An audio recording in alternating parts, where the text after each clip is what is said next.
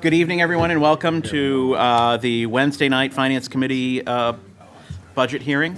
I'd like to turn things over first to our town manager, Jill. Good evening. Thank you, Mr. Chairman. I just want to take a minute to first thank the members of Finance Committee for your work on Monday night. I felt it was really productive, and we appreciate your feedback. Tonight, I'm joined again by Rodney Conley, Administration and Finance Director, Nick Naven, Assistant Treasurer Collector, and tonight we have Select Board Member Dee DeJoco representing the Select Board, and we're going to hand it over to Superintendent Dan Bauer and his team to kick it off. We'll start with schools tonight. Do I get the clicker again, or Oh, sorry. should I relegate that to one of the team members? 'Cause I'm not very good with it. You don't see them anymore. Must be mine. Oh.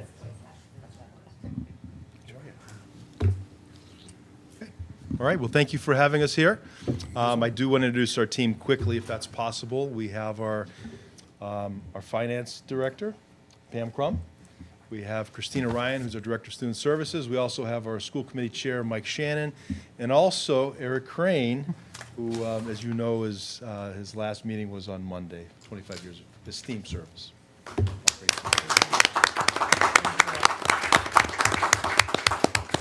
Okay, we'll begin. I think the number one piece about the actual presentation is we just wanted to really give a snapshot where we are, where we're going. And there is good news built in there with the investment that the town has supported us over the last couple of years, and this year is no different. Before we begin, I do want to say that we're grateful to the support of the town. Jill and Rodney and the team have been working very hard with us to close gaps this year, but also ensure that the programming we've invested in will continue to grow further. So the first piece is the budget design and focus. We have the town goal, which really is just to continue with the resources to sustain progress with special education, but also other essential programs, which I think it's important to also talk about academic excellence in the same breath. We've spent a lot of time and effort with special education, but we're now putting it together for the full picture. So I think the piece that's important is that this was a collaborative process, which we know, many iterations of the budget. I'm really proud of our admin team. There were a lot of tough decisions that were made to bring the budget to where it is, and they work really hard, and they understand that, we're not in situations where we get everything we want, but they certainly know that they're supported. But we did break the goal down into two things, which is sustained progress in special ed, but also advance academic excellence. And frankly, we need to bring this under one, which is specialized programming. We need to get away from any of the narratives that create divisions with special education and academic excellence. It's all in the same. So really, the next picture is, quite frankly, where we're at. We have our obligations in our budget, which are things that we have to pay. That's salary and non-salary obligations, and that already comes in at an 8.8%. We look for the offsets, anything that can help bring that down, such as any personnel moves, circuit breaker, and non-salary moves to dig in deep to bring that money down. Our specialized programming, we still have some additions to continue and finalize a few of our programs to continue the progress we've made.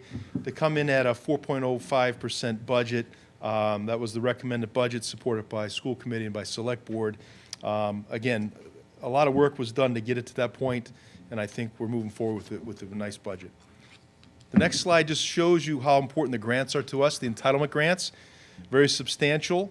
We did have a few hiccups this year with the federal funding was going to be withheld for certainly the Title I, II, III, and IV grants, which involve professional development and supporting learners. We actually received that funding, but we did have a little less funding in our IDA grant, which goes to support out-of-district placements. We have since corrected that bubble this year, and we have a higher number coming in, which is great. The competitive grants, we spend a lot of time on those. They do allow us to support professional development, program growth, important things that we would not be able to do without that. And a lot of work goes into obtaining these grants. But not only obtaining the grants, but also managing them and then providing evidence that they've been completed. Pam and the team for all the expenditures. So we're very proud of the work there because that's a part of the picture.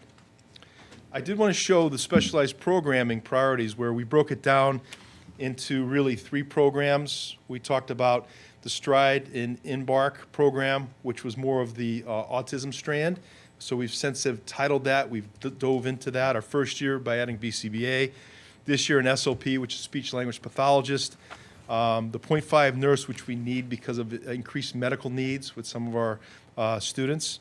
And also a number of our instructional assistants. That's when you see IA, instructional assistants. They used to be known as paraprofessionals, which are critical because we need that for compliance and also managing some of our challenging students. In year 3, we want to add a transition specialist. We're not there yet. Under the SOAR program, which is our language-based, you might think of kids that go to Landmark and such. We've been able to expand that with some special educators. We're looking to add another one this year, and actually it's coming through the process of moving from one school to another, the internal move. The RISE program, which is social emotional, we've added school psychologists in the last 2 years. This year, we're shifting a BCBA back from contracted services, special education teachers moving internally from Smith to Holton Richmond, and our secondary school psychologist, which we'd like to get. We put that off for another year, but we also have a need of 11 instructional assistants that currently have been working that we need to move forward into the budget. Administrative needs are the team chairs. We've talked about that. That's critical leadership that allows us to make sure that we're in compliance, that does all the nuts and bolts of special education work in our schools. And we have built it up because, honestly, we found many areas that could have cost us some placements in past years. Now we're in a really good place. And we're looking to add in this budget one at the high school, which is critically needed, because that also ties into transition for students from 18 to 22. The next page is specialized programs defer, which means we know we put this on the radar. We talked a lot about this. The realization is that we don't have assistant principals in our elementary schools. We have assistants to the principal, but that's a much smaller role. But what we're looking to do is combine the role of team chair in elementary and assistant principal to get more bang for that administrative buck. We know we can't do that now, but we're getting to that point where that should come sometime in the future. Under programming, a work-study program which allows students that have struggled in the mainstream, that they can still acquire credits and receive credits outside for working. That will save a few kids from leaving the district. And that's short money, and we're close to putting that into place. The ACE program, which is actually a program for students that might not necessarily be identified as special education, but have some social emotional needs that struggle in the mainstream, and before they get to being in the queue for an evaluation or special education outplacement, this allows specialized programming to occur in our school. We actually have moved some personnel around at no cost, and we started the pilot this spring, and it's already undergoing, so that's really good news. We need to increase our lunch recess monitors, but we have another way to do that. That frees up our IAs, instructional assistants in the school, to work with our students. Math specialists we need, but again, these are things down the road, and we know that we have to be systematic. And once we start turning the corner and start actually saving more out-of-district placements, there's a future for this. I did put this next slide in. I broke it down in terms of the investment is working. You know, fewer students are getting to that extended evaluation. That costs at least $40,000 to $50,000. And that extended evaluation is outside, and that often will lead to a placement. We're able to do some of those now inside with our personnel. That saves, and the greater possibility of students staying in our district. And also the out-of-district referrals have dropped, which is a lot of hard work that's been done to improve our programming. So if I just break down the obligations of that 8.8, we know the contractual piece just for all of our contracts with steps and lanes as they move over and move over each year is at 3.99. The non-salary student services, anything that's contracted, meaning outside groups that come in to help build up our programs, to provide needed guidance, are the North Shore Education Collaborative, which is a big partner for us where a number of our students for outplacement are there. The tuition was projected to be at 10%. We just approved it for a 9.4% increase, which is substantial, but it is needed. And the cost, I guess that illustrates the cost, although outplacements may be going down, the tuitions keep going up because of personnel and other needs. Also, in the non-salary other curriculum adoptions that we need, we have a new math curriculum, thankfully, and we're working with some science and social studies curriculum. The yellow bus contract is up, so we actually have some updates where we see, believe it or not, a favorable contract. So we're very happy with that. That's our in-district transportation. We were shocked, but we're going to take it. And then we needed to replace our AEDs, which that's a no-brainer, and vape detectors at the middle school. So we take that, that's the obligations. The offset, frankly, is the out-of-district placement adjustment. We had one placement that came off the books, very small percent, but everything counts. The non-salary, our one-to-one program, we chose not to renew the lease at the middle school because we're looking to recreate the one-to-one program. And we are going to a new model at the high school and more of a lease-to-own, and that's changing. The bus fee, we did increase it modestly, but it hasn't been increased in 12 years. That still doesn't cover the costs, but we felt we have to be judicious in the increase to match something that hasn't been done in 12 years. But we also have a break for families that are free reduced and need special aid. We also putting one fewer bus on the line, so that basically saves a teacher's salary, that I look at it. The athletic fee, we did change the girls lacrosse to another tier. That was accomplished. Can retire. Thank you all. We do take feedback. And we did modest increases. Again, we're still below what other communities, but we want kids involved, so we're going to review these fees more frequently than 12 years. And then certainly we moved some curriculum to Title I, so that saved us some money there. And then we went through our operating lines. Our school committee charged us with how many things can you reduce percentage-wise, such as I'm not going to go to the conference this summer, who cares? But even cutting down some other lines like postage and such, we found we were able to shave off about $117,000, which is more than a teacher's salary. So that was the direction we were headed. Other offsets, we do have some staff reallocations. We do have some positions we're not replacing with retirement. Some maybe not coming back off leaves. There are some reductions. Unit A, that's teachers. IABTs, that's instructional assistants, behavior techs, and then in central office, we have two major reductions there. And again, any cut is very difficult. And if possible, at the end, if things shake out, if I can restore one position, I will try. But we're all doing our part across all the, doing our part is probably a poor way of putting that. You know, it's really tough to make these because we're trying to build programs, but we also need to be financially responsible too. So it's tough. Because we're talking good people we have in our district, and we work really hard to, and we do get great people. Salary obligations, we found an adjustment. We could reduce that piece. The preschool tuition, we put increases in the last 2 years. That's modest, but it's something. Then stipends have come out because we've added, we call them department chairs, so there's no need for those other stipends. Circuit breaker, we're taking a bigger bite at the apple for that. That does help offset. Although we have free cash this year that has helped us close the gap so we can move over some circuit breaker to bring down the percentage this year, which we're very appreciative of that. All right, and if we go to the next piece, the specialized programming, these are the real asks that we have IAs, instructional assistants, that are currently working for us, that we had grant funding with them, and they're essential, and we need to put them into the operating budget.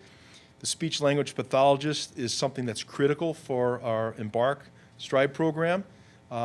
We feel that we're at a point now where if those programs continue their trajectory, contracted services fall off, possibility of tuitioning in a student or two possibly without the expense of putting our program in stress. The RISE program, as I said, for the social emotional, we have IAs that are currently working that we need to move forward. We do have some grant money left from last year that's taken care of this year, but we need to get them in the budget. And the team chair at the high school, which we have identified, and we have a great candidate that we've made an offer to. So all told, that's the increases for the program, specialized programming needs we have. The next picture gives the pie chart breakdown where we know most of our budget is in the salary line. Personnel is always a larger part of any school budget. Special education costs after circuit breaker up a little bit. Transportation is down a little bit, which is surprising. We're making strides with our out-of-district or North Shore collaborative transportation program where we're trying to work with all the other districts to move students together on the same vehicles. All told, again, at a 4.05. And if you look over our 15-year average, you know, that 4.05 is right in alignment over a course of time, which, again, we're grateful to the outstanding support we received from the town. And that's it. I hope I covered everything. The last slide is just for question holder. So. Arthur? Thanks. So from a big picture standpoint, the budget always kind of looks the same. Everything goes to I mean, almost everything goes to salary, special ed, and transportation. And there's not a lot that you can do from a big picture standpoint. That those things are going to have to be paid for.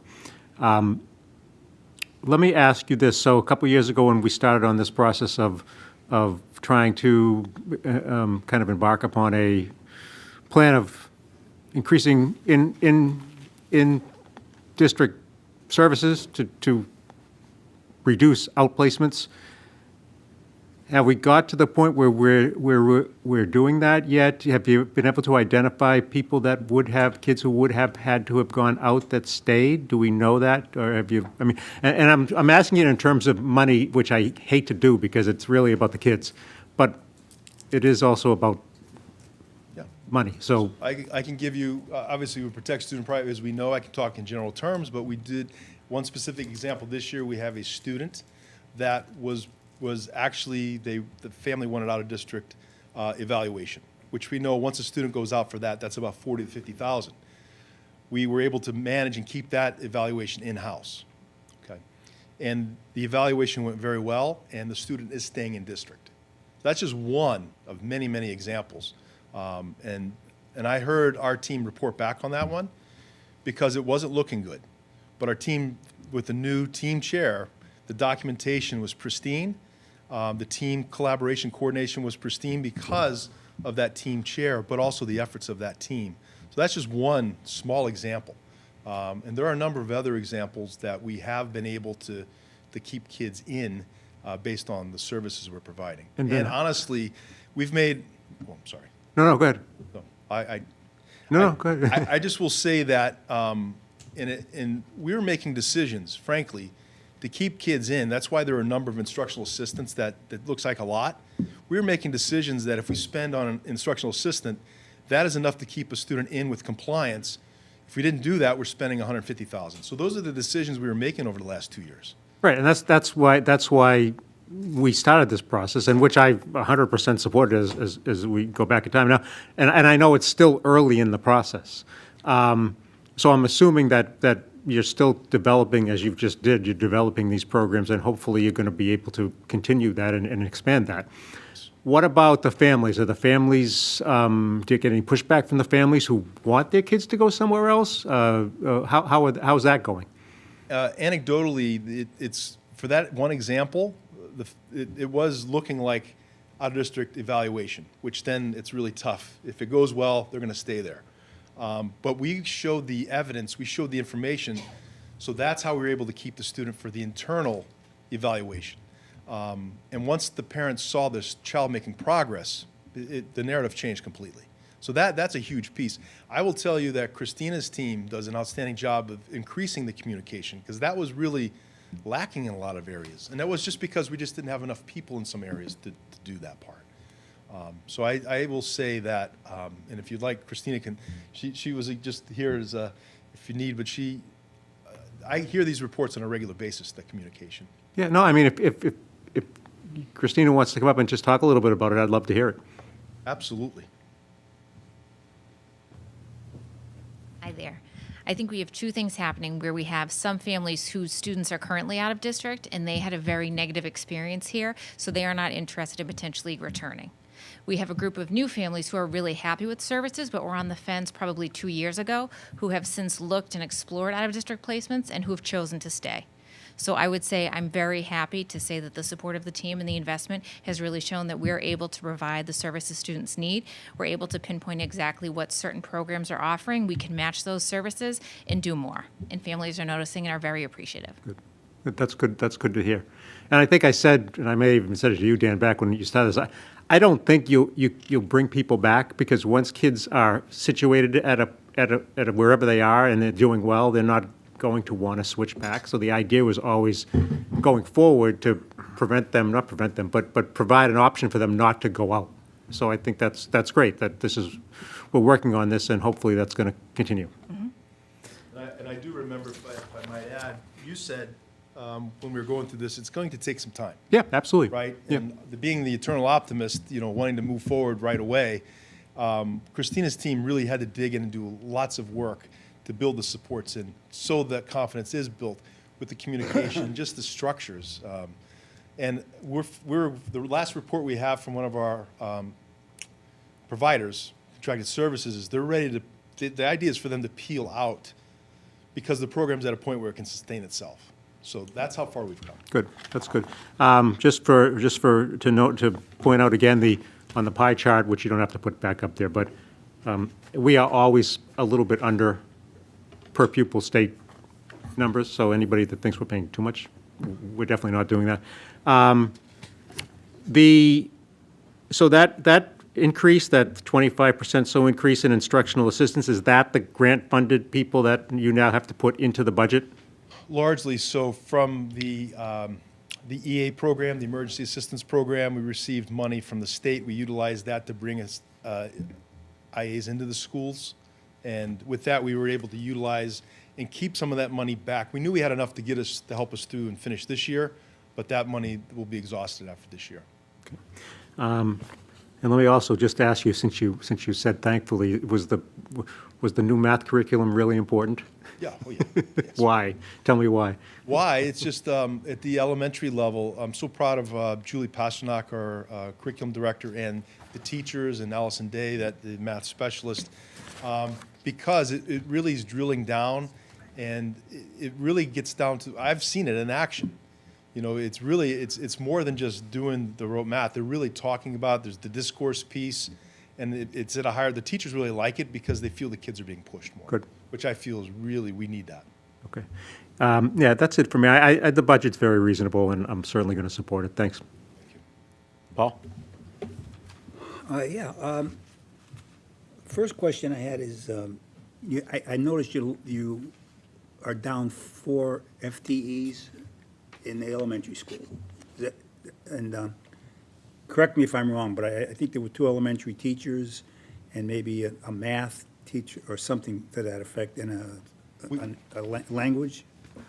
Yes, so we had a retirement for a reading specialist. So Reading with specialist. that, we had a district-wide coach that we've moved into that role, so we didn't have to replace that retirement, we just reallocated.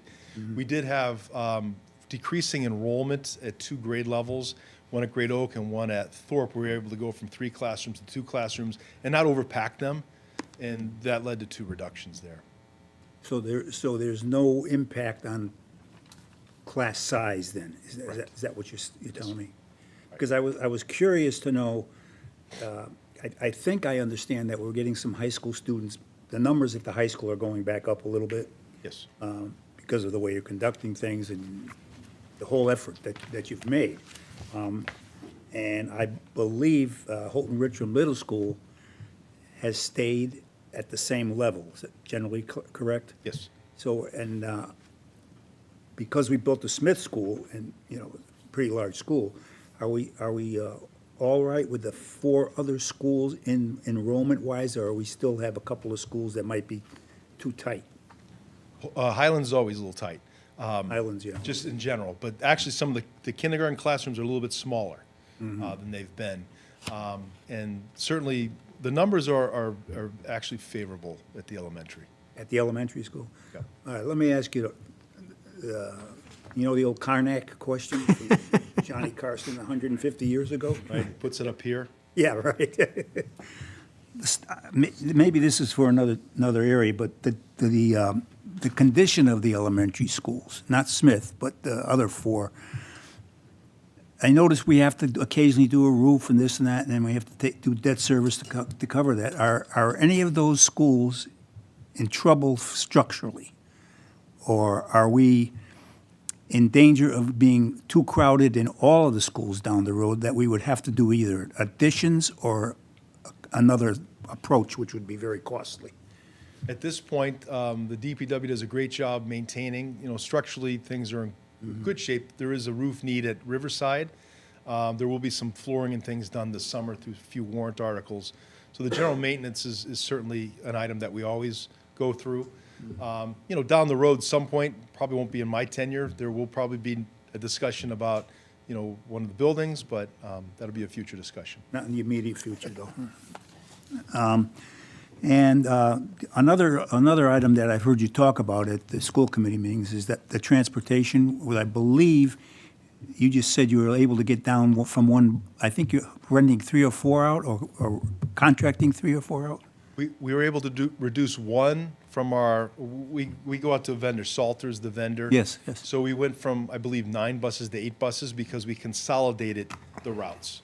We found there were some routes that just didn't have enough students, and hiring the transportation coordinator was able to do that analysis. So So you- we were able to bring down one more bus, so every bus you bring off the contract's about 75,000. Right, so we brought how many off the contract? One? I think we brought one last year, we're gonna bring one this year. So over the course of 2 years, it'll be 2. 2 out of how many overall did you start with? I believe it was 14 contracted buses? Wow. contracted, we had 4 of our own. 4 of our own. So what do we have now of our own? 5. Well, the next question I won't ask. Okay. I was going to wonder if we could ever get to our own fleet. I don't see that happening in my lifetime. Huh? No, not going to happen. I just say finally, I've noticed that there's been some great things happening at the high school and other schools, but I'm particularly zeroing in on the high school. You know, I guess they made the state AP honor roll, and fill me in. Another question was that, and I'm going to get this confused, I know this, Dan, but you were bringing students in from outside into our high school, or all schools. Is that school choice, or is School that? choice, That's school choice, and that was fairly successful the first year, correct? Although you still had room for more students. Absolutely, yes. And I believe you're saying that you're going to have even more slots available this coming year at all levels. Is it K through 12 or just, We would never do Never- no. kindergarten because that's always a moving target. We did add a few elementary seats this year. I think it's 3 at grade 1, 3 at grade 2, 3 at grade 3, might be 2 at grade 4, 3 at grade 5. Same number at the high school, middle school. And we did it actually earlier this year, school choice, which makes a difference because last year we went very late because of a lot of discussion, and people made decisions by then. So we have a pretty healthy number in. The window closes, I believe, next Tuesday. And then we'll figure out how many students we have in the queue. But it's not gonna, it's a little more than last year, but it's not gonna be overwhelming. right, okay, well, I was just wondering, I wasn't sure whether you started at grade 2 or 3, but you do start at 1 all the way up, correct? Okay, and the last thing I do is compliments, first of all, to Eric Crane, because I think he's probably got a closet full of Purple Hearts. From being on the committee for what, 20, 25 years? 25. 25? Wow, okay, and then, congratulations. And then, the other thing is, I'd like to say that as a member of another committee, Human Rights and Inclusion, we rely heavily on the school department for support when we have activities. And I can't tell you how much we appreciate that. It's not just one activity.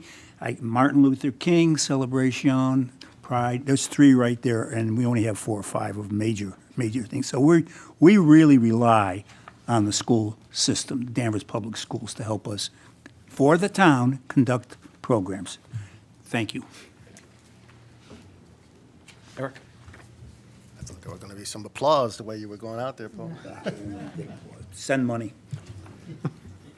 So let me just lead by saying I find it challenging to add much to what's being presented. I will concur to what has been said. It's a solid presentation and budget. You're not left with much to work with, and I would just say in general, you all are looking very carefully and finding efficiencies where efficiencies can be found, and that is just the nature of what we're working with. And so I don't have a whole lot to ask about that. My question is about conceptually, if the costs are rising every year, and so you're continually being asked to find efficiencies because revenue is barely keeping up with those rising. So I imagine you've given some thought to what that looks like.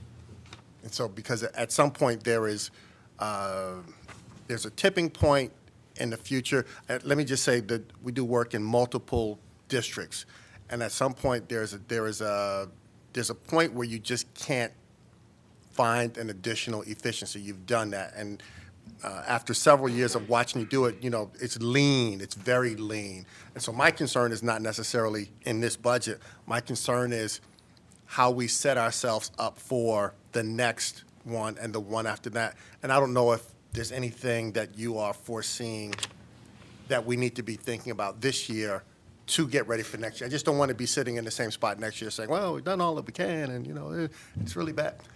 Because I've seen what's going on in some other communities, and I really just want us to be playing chess and not checkers. I appreciate that, and certainly there's a few things on our end. I think the improvement in student services in terms of being able to reduce the contracted services, that's considerable monies. The ability to keep students in for evaluations, keep students in district, but also if there's opportunities to tuition students in, and the choice is the choice, right? It's not a lot for each student, but it does add up over time. I think the other part too is that there's going to be a reckoning at the state level. My honest opinion, I know I don't have a lot of time, but I do believe that Chapter 70 formula needs to be updated and upgraded because we've been at the level funding, which is hard to believe that I think 271 communities are at that level. That means that's less money and more money the town has to help us with. The second thing is there needs to be some help with circuit breaker. Right, that's the reimbursement we receive. So as tuitions are going up in the privates much more than even at the consortium, and also guaranteeing that the transportation reimbursement is at the same rate as the tuition. Where thank God Sally and Joan have advocated for the supplemental budget to bring that up. The third thing is we need some cost share opportunities with residential placements. We had a few unexpected this year that has led to the free cash need. We have some needs that come out after the budget's planned.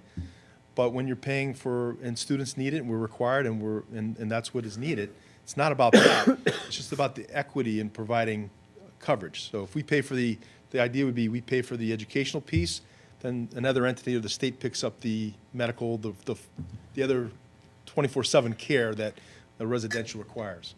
So I think, and I could go on a little bit more, but I think that we need some help on that side. All communities do. Right, that's helpful for that context. And so the last thing that I have is just a comment, and I just want to commend you and your team. What some folks may not know how hard you all are working to bring in resources at no cost to residents when it can be found. And I know my team has done a lot of work with you all. I just want to acknowledge that and thank you all publicly, for just reaching out to find resources where they can be found. And thank you for that, offering services to help our families. Mary? Just a couple questions. Transportation, obviously expensive for everyone, every community. Just asking the question, but do we have to provide a transportation option? We do there's a certain radius within the school that we have to provide it, particularly for the elementary. But at the end of the day, we have working families and we have families that might not be able to provide the transportation. So, and that's why we have the bus fees. Yep. They're not much, but they're there. Right, no, I'm just wondering. Actually, back to transportation, like how many take the bus? Do we know, average, about? I don't have that off the tip of my tongue. I know if I were to text David, he would know that right away. Yeah. But he does watch that closely because there are trends that has allowed us to reduce from the 2 buses off the last 2 years. Yeah, because I know sometimes people sign their kids up, they ride it the first week, and then they don't want to ride it the rest of the year. So that's where I was just wondering. Before I came in, we had a wait list for the bus, and if they weren't able to get the bus, which we found we don't have to do that because of those factors. We're able to fit those kids on the bus. Yeah. Just tell me a little bit more about the one-to-one at the middle school. You're not renewing, so what's happening? So we're not renewing the lease, and what we did as a pilot this year, the grade 6, we have carts in all of the homerooms. So the students keep their laptops there for the day. That's helped because middle schoolers may not always take care of their Chromebooks, and the damages have been very expensive. That was as a pilot, and we have an earmark that we're able to use for grade 7 and possibly grade 8 next year. But we also survey families if they have technology at home, then they can still do all their homework that's required if it's online, and if not, then we will help them with the device. Okay. It's been easier to manage for the middle school too, because sometimes they forget to charge the batteries and stuff, so it's easier in that cart. Oh, yeah, or they forgot it at home, or, yeah, no, that's good. So for special ed, if a student moves into Danvers and they're already in an outside placement, once they come to our community, do we do a reassessment, or we just continue on their outside placement because they're already there? Well, depending on the IEP, when it is, there is a time where there is a review on that, but we obviously follow what the IEP is at that point. So if it requires out of district, but there is a review process with all IEPs over time. So if they move in tomorrow, they have an outside placement, their reeval isn't for another year. They just continue the continuation of the education that they're getting at the outside placement. And then when the reeval is up, then it's our opportunity to reeval and offer services in district. Potentially. So the way that the federal regulations are written is that we have to implement the IEP as written, including the placement. So a student moves in, if it's before April 1st, the sending district is still is obligated to pay through the next year. So actually, April 1st is a really key date. But we really can't change the decision another team has made once a parent has consented to that decision. So 3 years later, we could recommend a change in placement, but parents have the right to say no and to stay at their current placement. So that is part of due process. And just, if they do, they move to Danvers, we have a new student, they're at an outside placement. Does your department, the special ed department or student services, reach out to say, hey, just want to let you know, we also offer these in district in case you're ever interested? Or is it just, you just continue with the IEP as written until reeval? We typically do a meeting probably 4 to 6 weeks in to get to know the family. We never want to come across as, here we are, we don't want to fund that placement. That's often a really big worry from families. So we really focus on building the relationship, getting out to observe the student in that placement, seeing what they offer, and then starting along that relationship to really figure out what services are needed, how can we think about that for future planning. Yep. Thank you. So just looking at a couple of what's in this budget, Dan, can you just talk a little bit more about wanting to expand the pathways? Yes, so the pathways allow high school students, they take their core subjects, but for the electives, they could take something specialized, such as in engineering, manufacturing, medical, environmental science. And we're looking to add a few more of those pathways, hopefully an early childhood pathway. And that's also enticing for students that are looking forward, not just to maybe going to college, but if they want to get into a vocation, but they can do the same thing at our school. And some of them, if we can get a Chapter 74 version of that, we can receive reimbursement from the state if we can offer a vocational type of program that the tech doesn't offer.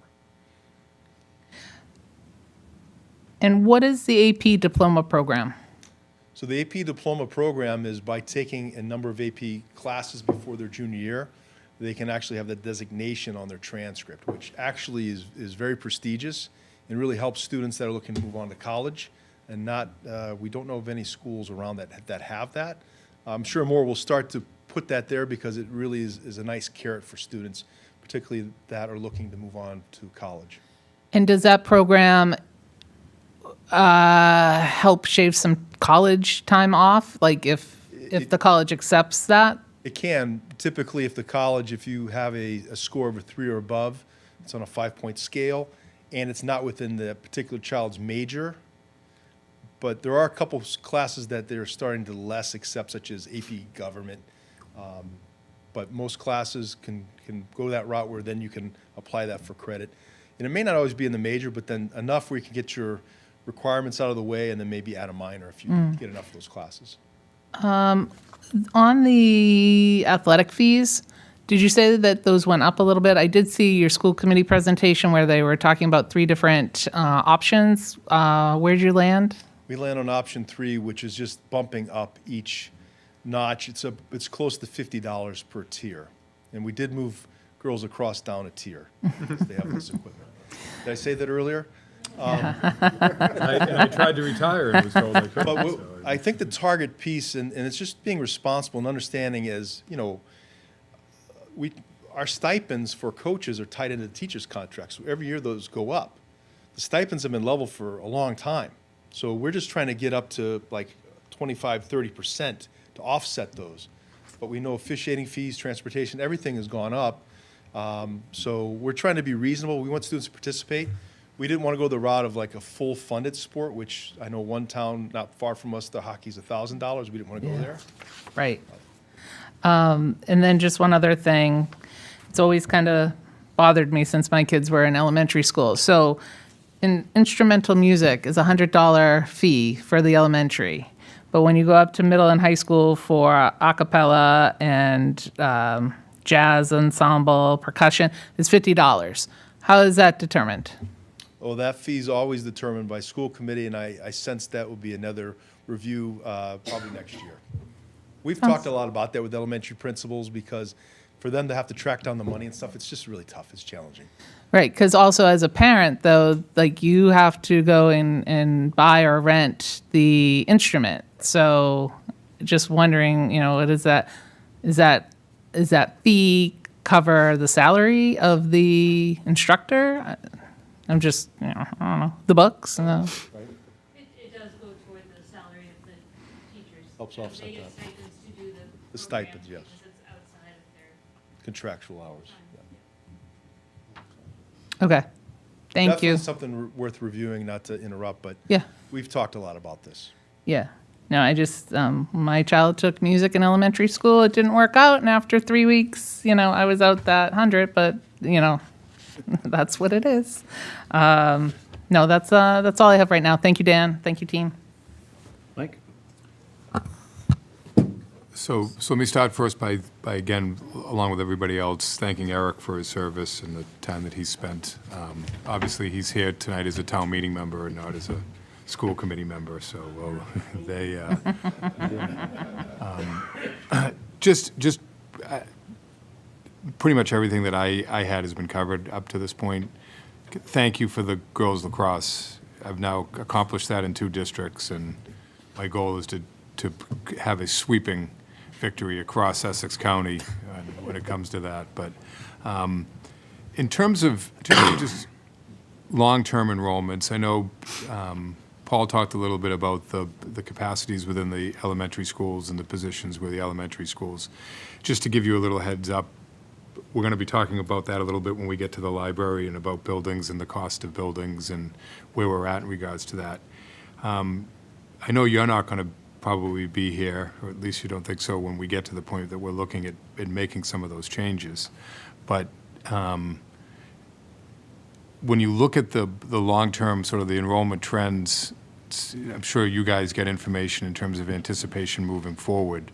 Do you see it as being somewhat level, that what we have now currently? Because I think our kindergarten class is substantially less than what the 6th grade class is. It's going to, the demographics, as we know, across the country, it's started to decline, and it will, the kindergarten class is a little bit less this year, it is. And I think we'll continue, that ripple's going to be coming through. So I think we're okay now, but we'll start to shift. And just from an educational standpoint, again, I've talked about it with other people. When I was in school, we had a lot of small schools that had 3-4 classes in them. Maple Street, Tapley, Port, Wadsworth. They're all senior housing now. Is the trend for larger elementary schools that provide a greater degree of facilities and services, or is it what I guess we would describe, although I don't believe Danvers has neighborhoods in the way some people want to claim it, but the smaller neighborhood school? The trend is certainly like a Smith school. That is the model, where it would be a larger, MSBA funding, as we know, is always challenging.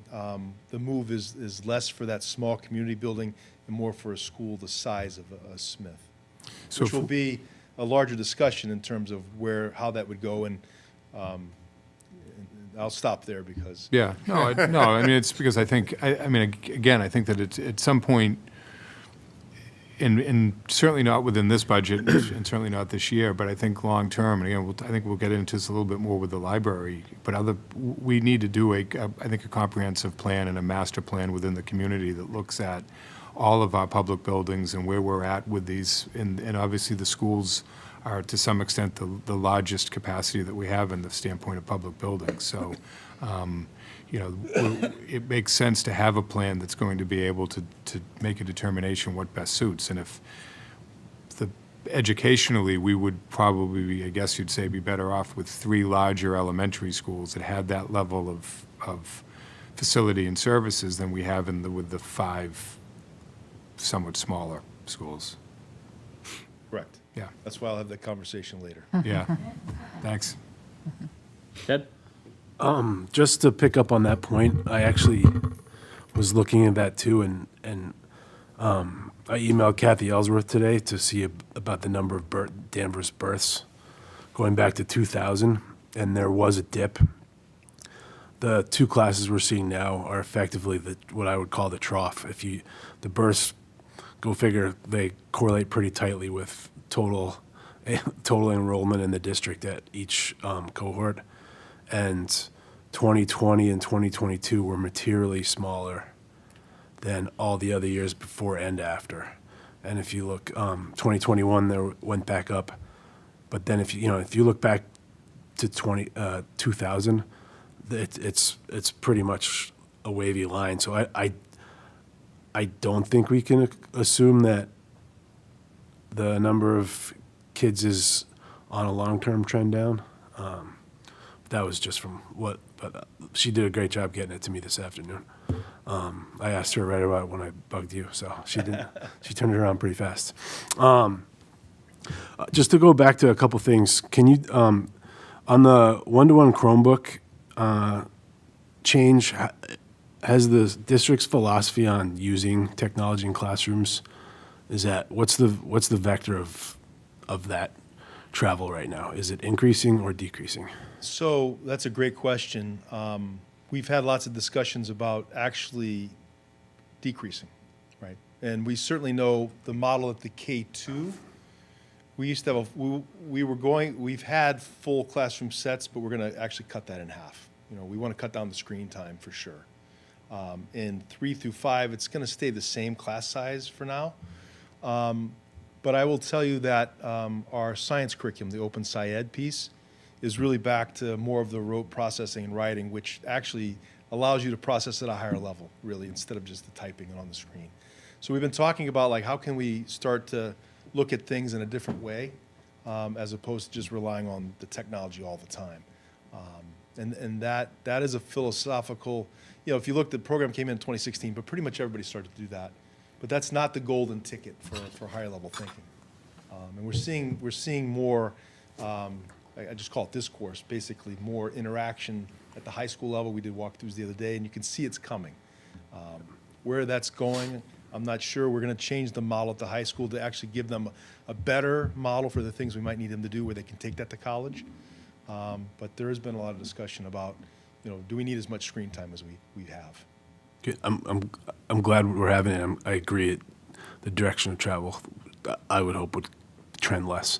And somewhat there might be a correlation that the high school, if I may, has changed their cell phone policy this year. I know if the legislation goes through, it'll be a bell to bell. But they really changed it this year, and they have the containers in the classrooms, and the usage it's gone. And we think that's actually adding to some more of the discourse. Kids actually have to talk. Yeah, I know. That was going to be you predicted my next question. What's the policy at the middle school and sadly at the elementary schools? They're not to have phones, and the kids put them in their lockers at the middle school. The high school kids don't even use lockers. Elementary, the same thing. The Apple Watches, though, are popping up. Yep. And I see those emails from the principals saying, please don't text your child on the Apple phone in class. Yeah. Okay. I was just a couple quick questions on the grants. The early college grant, that money is to help people pursue the study at the high school, pursue study at the community college. Is that? That's correct. That And goes it also towards- does help offset a salary through a stipend. Okay. It's a smaller program that's geared. Our program right now is geared toward those that might be first generation, maybe thinking about college, so there are not as many credits. We're looking to shift and add to that model. Yep. But that's where it is right now, with North Shore as the partner. And on the pathways, you mentioned a couple times offering things the tech doesn't have. What about things that the tech doesn't satisfy student demand for? Specifically, I would talk about things like electrician, plumbing, some of the trades that I know kids from Danvers and other schools go to the tech for and aren't able to get into those programs. So we've talked a little bit about that. There more than likely will be some collaboration with some of our partner high schools that do have them, such as Peabody. They're building the new school, or even looking at Salem Right. to collaborate with that. Kind of like the model they have at the tech, which we just haven't been able to get into, is the After Dark program. Yep. But we're looking at possibilities of partnering, and that could be some alternatives too. When you say we haven't been able to get into that program, what? It was just quite frankly, we are willing to partner with them. Yeah. It's just some alignment with scheduling and things. Okay. It's just a little challenging. Okay. Students wouldn't be able to get the programs they wanted because they were full. Yep. Then I want to echo what Mary Beth said on the. I know it's small, but as a parent of a elementary school band, I get it at levels where you're creating high levels of variable costs by participation. Like football, there's equipment, things like that. I get it. But in the elementary school where the kids are already having to pay like $35 a month, or depending on the instrument they pay, the instrument alone is a investment much larger than like an individual sport fee is. And then it's like $100, like to drive get up and drive your kid to school at an hour early. Like it seems, I think I saw the line was 12,500. Like it just seems like if we want people to participate in music, it does.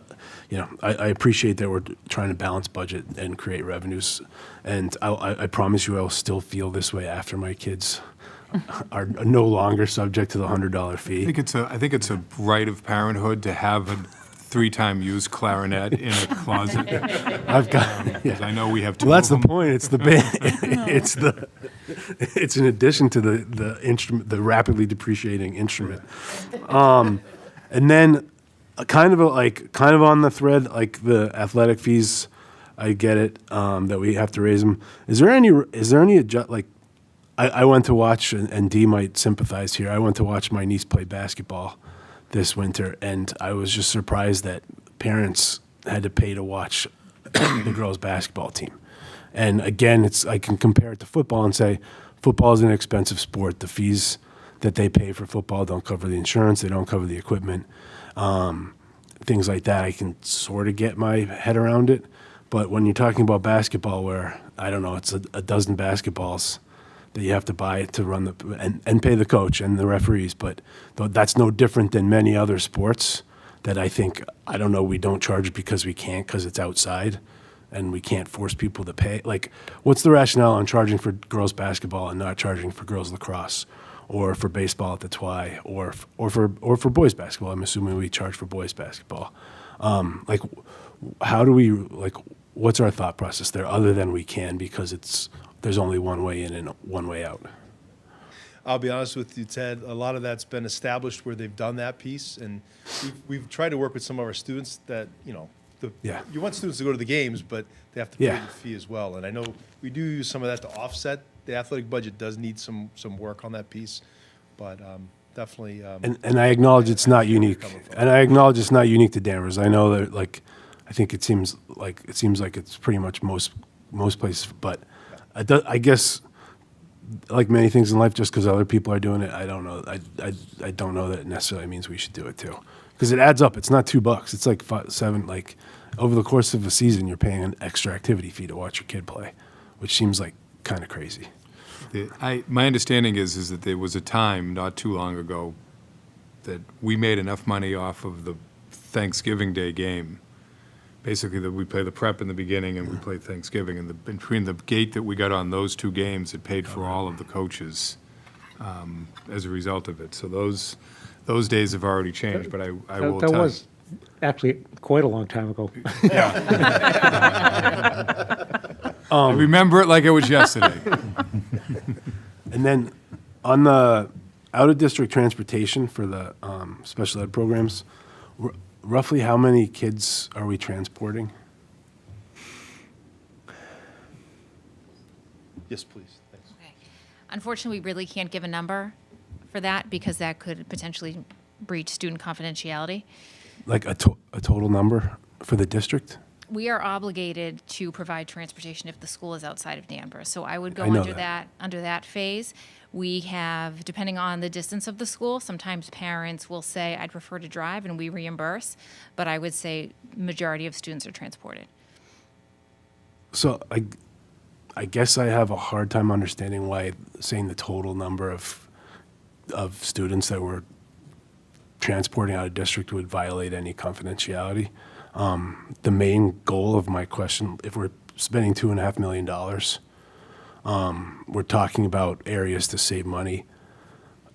It would be kind of useful to know the denominator to understand how much we're paying per student and figure out ways that we can be more proactive about. I know we have a van driver this year, but so I know I really struggle with the idea that that's a violation of confidentiality to say how many kids are being transported by $2.5 million of taxpayer money. Would the number of placements make more sense That's fine. in that sense? It's Right. it's the same rationale that if I give you a number that you might be able to pinpoint potentially who those students are and where they are coming from, that's the piece about sharing a number. Oh, I understand, so I'm just, I don't understand how we could pinpoint. Ted, I was just going to say on page D9, the number of placements, day placements, and Okay. residential placements is listed there, so without, So they can't tell me, but it's in the document that's public. Okay. just want to reference that, All make right. that a little easier. If you liked, Ted, if it's fine, I mean, I can certainly, there's some breakdowns in numbers that, because of the Northeast Consortium and in terms of rates and such, I could probably give you some other numbers that would Okay. help you answer that question with that part. I will say that the one thing that we did join is the partnership with the consortium. Is like 17 towns that we work with, and we're just trying to ride share as much as we can, because Yep. that's going to save us the money.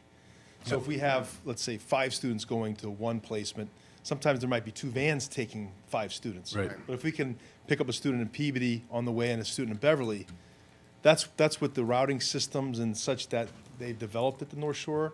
That's going to really save us some money. Our coordinator also is working. We have some students that might be out of the consortium range. So he's actually working with schools outside to say, hey, we're going down to insert town, Right. Framingham, whatever it might be. So maybe Wakefield, maybe Melrose, we could pick up a student or 2 in that. We're looking for a lot of ways to save in that piece too. Okay. And then I think the last question I was going to ask, I know we talked about it a little bit earlier. So the school choice, we expanded into the elementary schools this year.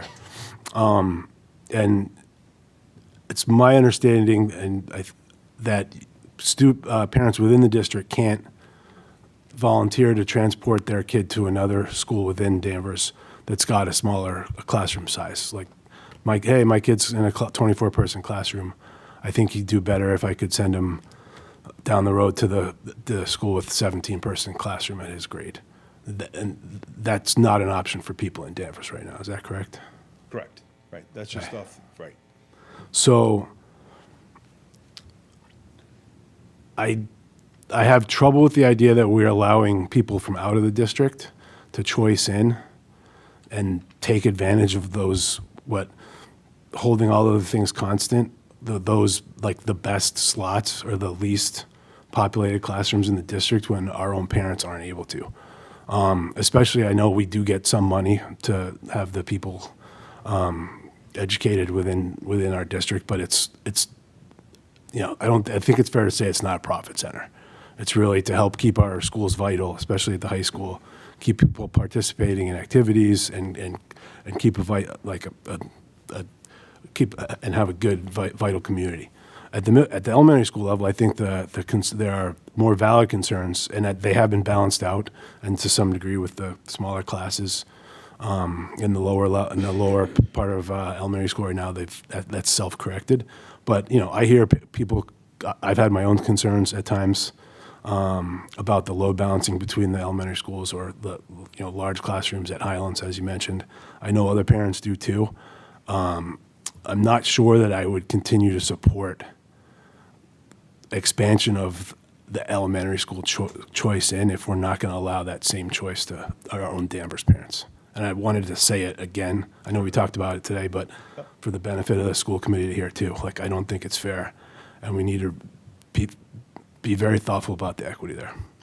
Other than that, I think that's about all I have. Thank you. Thank you. Wally? Is there anything we didn't touch on?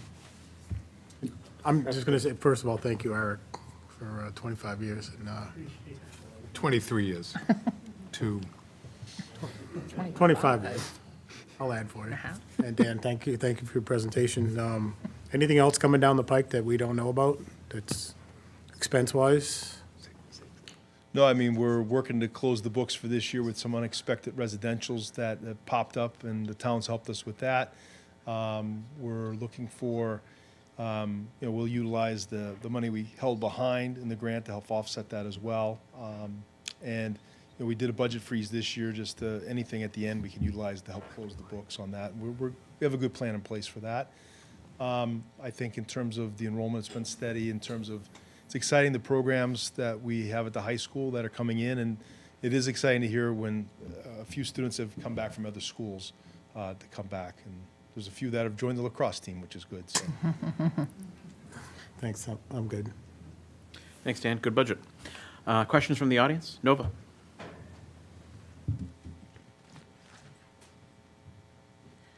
Nova Salmon, town meeting member, precinct 1. I know that Ted just mentioned that it's not, the school choice thing is not a big profit maker, but are there certain departments that are in the middle school or high school that are actually attracting kids specifically to our school for those departments?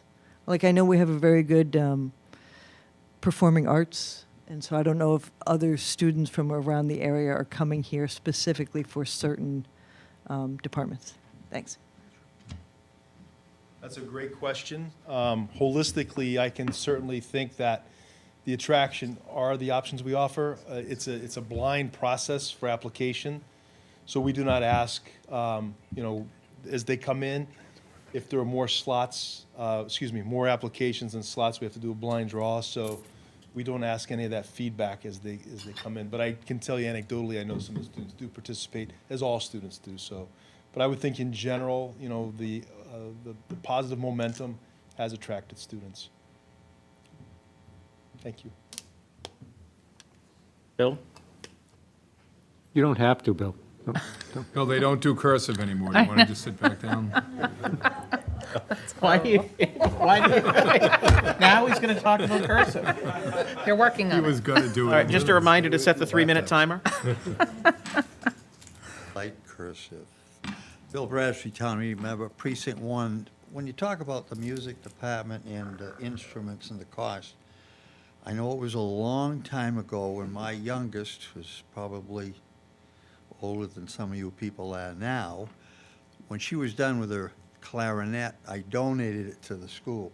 Do you have a system for asking people to do that or accepting them when they no longer need their bongos or whatever they might? Well, I don't have a specific answer on that. As one that has a cello, a violin, and some sort of baritone in the corner of the room. My kids are older. I don't know that, but I know we probably would never say no to a workable instrument, because we do have some that, might not, it may be financially tough for them. So, but I'm happy to get you that answer. But great answer, or great question. And I think Mike Landers has a couple of clarinets in a closet. No, we're keeping our clarinet. Paid for it, I'm keeping it. Kid's going to learn someday. All right, anything else? Yes, Mike?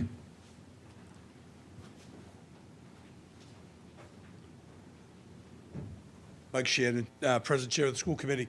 I'm not sure what your afternoon schedule is like tomorrow, but I would want to make sure that you and anyone who's watching, I made mention of it Monday night, is aware that tomorrow is the first prom for our senior citizens in conjunction with our high school students. So if you have nothing to do and you want to feel warm and good inside. Come on out by the high school in the atrium and 4 o'clock. 4 o'clock. Take a gander. Who's Paul bringing? Wow. You got your shoes on? Because you're going to start running.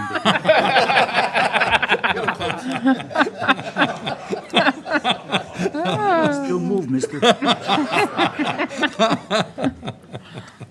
No answer to that then.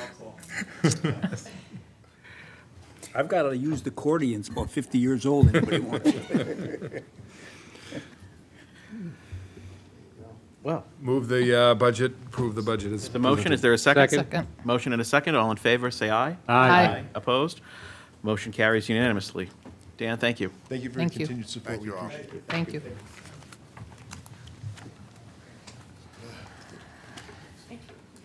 Yeah, we'll head on to the library.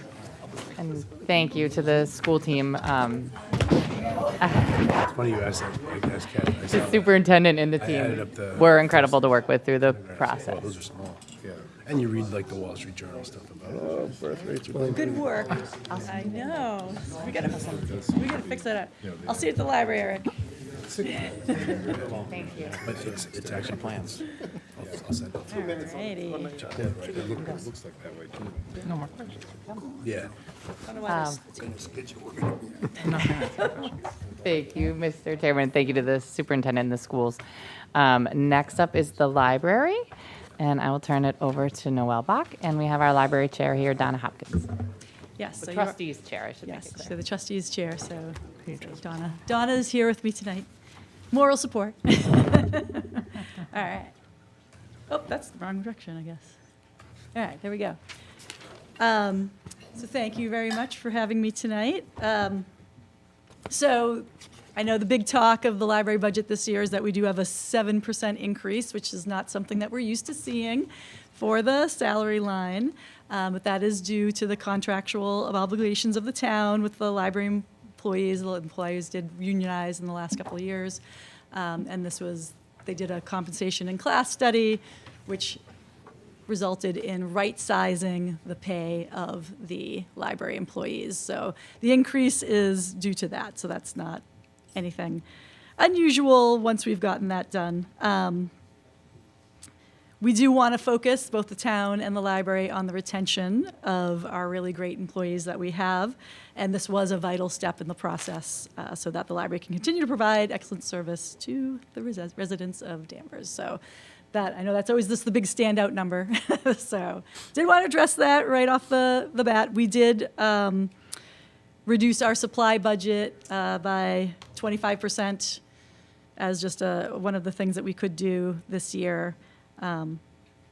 But the library budget is not something that we have a lot of fat with. A lot of the lines of the budget are with our consortium of Noble. We pay fees and such, and those are set by the consortium. They're not something that we can negotiate or work with very much, so they're kind of just things that are set in stone that we have to just accept that they have and exist. So we don't really have a lot of other places that we can cut in our budget. This direction. So yeah, I did want to talk a little bit about library support that we have, just to be clear about, and that's my little page. Oh, I'm throwing my pen on the floor. We'll get that later. So the budget is supported by the state, the town, the Peabody Institute Trust, which is what the trustees have, and the Friends of the Library. So this is like my little educational piece, because I feel like a lot of people don't understand about the obligations from the state that the library has. So for us to receive the state aid that we get every year from the Commonwealth, we have a bunch of metrics that we have to meet, we're required to meet. So right now we're open 64 hours a week, 68 when we're open Sundays. We are required to be open at least 59 hours a week, including some nights and weekends. 13% of our entire appropriated budget has to be spent on materials.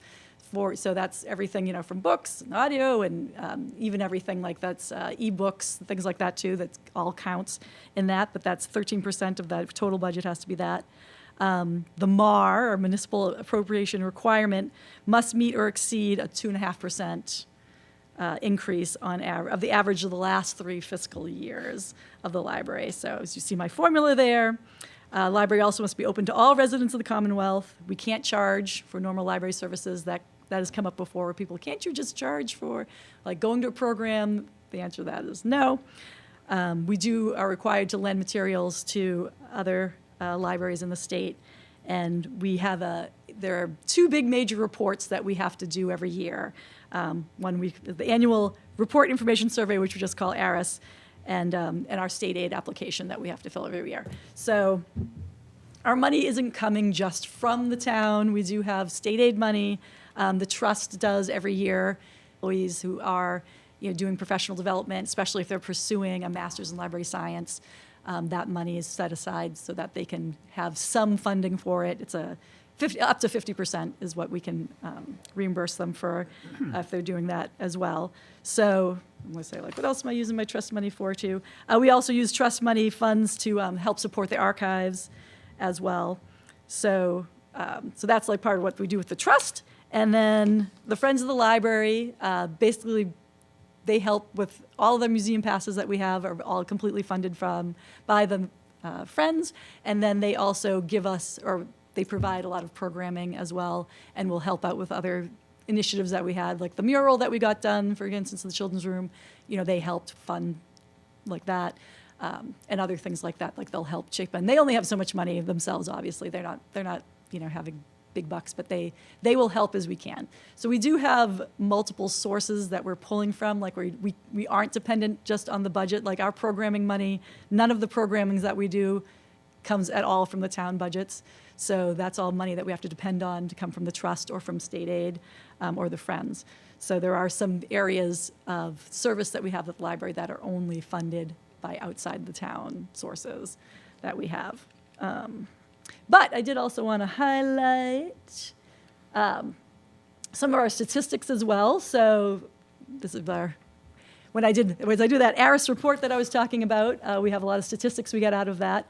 So 283,620 visits to the library open. So we're one of the few places in town, we're open, as I said, 64 hours a week. We're open more hours than most any other public-facing place in town. So over 3,000 hours that totaled up in FY25. Over 364,379 items circulated that year, and 624 programs, and that's including adults, teens, and children's. Over 11,000 people attending. The one that actually had blown me away when I was looking at this was that we have 2 study rooms up on the second floor, and almost 1,700 uses during a year of those study rooms. A lot of times, people are just using it for an hour at a time or whatever. But I mean, there aren't many places that you can go where there's a free space where you don't have to buy something that you can use to do anything from have a Zoom meeting to study to, just work quietly. And our meeting rooms, and this is meeting room use, not including what we use it for programs or anything like that. That's just outside uses of our meeting rooms of different groups, like the Garden Club every month and so on and so forth, 190 uses of our meeting room. Again, we don't charge for use of our meeting room spaces, and that's all. We have our smaller classroom space as well. We have a lot of local groups that use that, and you have to be a nonprofit or another local Danvers group. Museum passes, almost 1,200 uses of our museum passes, which of course provide a huge discount for people to be able, and that also helps with equity with, I don't know anybody who's gone to the aquarium lately, but family of 4 going to the aquarium and you're spending well over $100, to get people into the aquarium. And we're talking about, cutting that in half, having the available museum passes that the Friends provide. I feel like we don't have enough library card holders, only 11,000 in town. We need more. And just almost 11,000 people using our computers. And a lot of people are surprised with that. Everybody has a computer. They got a phone in their pocket. You got pads. But we have people who come in every single day to use the computers because they do not have computers at home. They do not have internet at home. They don't have printers at home. So these are all vital services that we're providing all the time at the library that people don't think about. And of course, I've been a librarian forever, and people, ever since the internet existed, people are always like, why do you need the library? We have the internet. We have many, many services, available at the library. That is something that cannot be replaced by the internet. And so that's that just is what it is. So I think that's all I have, right? Yeah. Oh, no. That's not all I have. Is that my other beautiful picture? So this is just some of the other things that we have going on, or that it's in the last year, things that were happening around in the library. We just added if you haven't been and seen our Nook yet, our Nook pod that's on the ground floor right now. I'd love to have more of these, but they're actually really big. But it's sound dampening, so people can sit and work. We have tutors using it constantly. We have art shows all year round now going on in the standing room. Craft classes. We added a bike rack out front, which we didn't have a bike rack for some reason out front. Added that in the last year. So we have many, many different programs: music, dance. My staff are always out at the various events, tabling for the library. The Basketball Hall of Fame is one of the passes that got added this last year. We're just adding right now the Griffin Museum of Photography in Winchester is just getting added right now. So we're out and about. We're trying to do as much as we can. One of the things that I'm just starting doing, I've had 2 meetings so far with the Senior Center, and we're trying to see where we overlap and how we can better work together so that we're providing even more services for seniors and not duplicating efforts like we kind of do, and just kind of cross-pollinate our populations as well. So that is my briefest conversation and presentation. Ready for questions? Wally. So, 2 things. How much use or how much availability is the historical room? The archives right now. So right now, are you asking just like for being able to walk in the door and like It's visit, a or? 2-part question, but yeah, being able to walk in the door and access the archives. So what I'll say about the archives is right now it's only open 2 afternoons a week. However, 95%, I actually just asked today the statistic from them, 95% of the requests that they receive are all through email. So, and they get hundreds and hundreds of requests, every year. So most of everything they do. So, but if you needed something, if you do need something from the archives, like while there isn't a lot of walk-in right now, all you have to do is call or email to request, and like we will set up time for you, or we will, otherwise work with you to get what you need. And all of those artifacts stay on site, correct? Those Yes. don't get lent out. Yes. And I'm Yes. gonna have to ask you, have you still got your seed bank over there? Yeah, seed library. I'll have to say that we put 2,200 packets of seeds in it a few weeks ago, and it's already 75% gone. It's like Danvers likes to garden. Thanks, I'm good. 2 quick questions. The first one, on the wage increase, is it fair to say that's like a one-time level set, and then we would expect increases probably more in line with the increases with the rest of? Yes. Okay. Yeah. Yes. Yeah. Yep, that makes sense. Yeah. And the second question, can you go back to the slide? It's more just, keep going, that one. That one. Yep. Can you explain the 3rd bullet point, the municipal appropriation requirement must meet or, does that mean that if we don't increase the budget by 2.5%, we aren't eligible for support? Yes. and well, so it's a graduated system.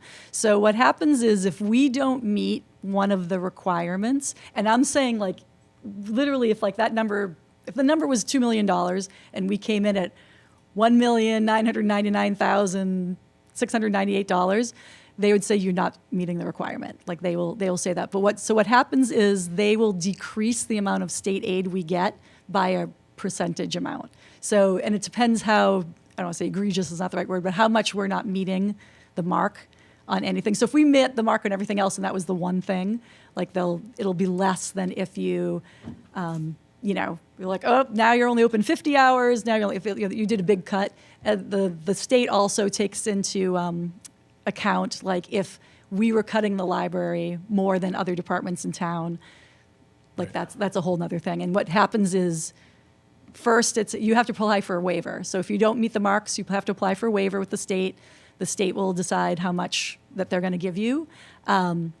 If you're very low, like if you're not really not meeting the marks, then they do not give you the state aid and you become decertified. And it will take usually about 3 years for you to become certified again. And losing certification means you become an island, so that the residents can only use our library. They can go to other libraries, but they can't check anything out. They can't do anything else at the other libraries.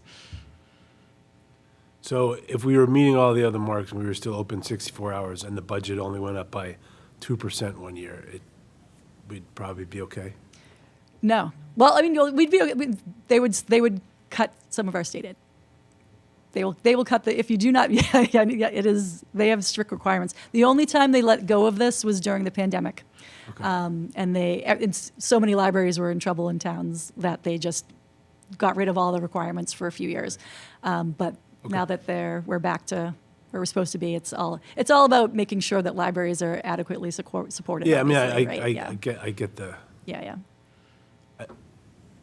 I get the motivation behind it. Yeah, and when I worked in Tewksbury before this, and I was there for a very long time, and so we went through that bad budget period before. So I mean, my library there was, we were on waivers for many years, and then you work back up right to where you're supposed to be. That's it for me. Thank you very much. Okay, sure. Mike? Does the state aid go onto the cherry sheet, or does it go directly? Through you, Mr. Chairman, it is part of the cherry sheet, but it goes directly to the library, yes. Okay, so in terms of your expenditures, how much state aid do we get on an annual basis? Right now we're at 74,000. I think it's 74,000. Yeah, around there. Yep. How much do we get, how much is expended or provided by the trustees? So the trustees, we usually budget that we're getting $20,000 a year from the trustees. That can fluctuate a little bit, but that's usually like our baseline of what we work from. They might have more money available depending, but that's what we budget for. So, I mean, I'm going to sound really callous here, That's all right. but for $70,000 on a $1.7 million budget, I'm not all that worried about losing if we had to make cuts or we needed to deal with that effectively. I mean, the reality of it is that we're certainly not going to prostrate ourselves for what amounts to whatever, less than 1% of the budget for state aid. In regards to the building, we're looking at some of these things, talking, as we said, with the schools. It looks like we're probably headed towards at some point, some excess capacity within the school. The last time that building was dealt with from a pure structural standpoint was 50 years ago. Yep. We spent 1980. $2.2 million to do that. What libraries were 50 years ago was very different. That is a building that is beautiful, and probably lucky that there's only 18 people watching this at home when I say this, but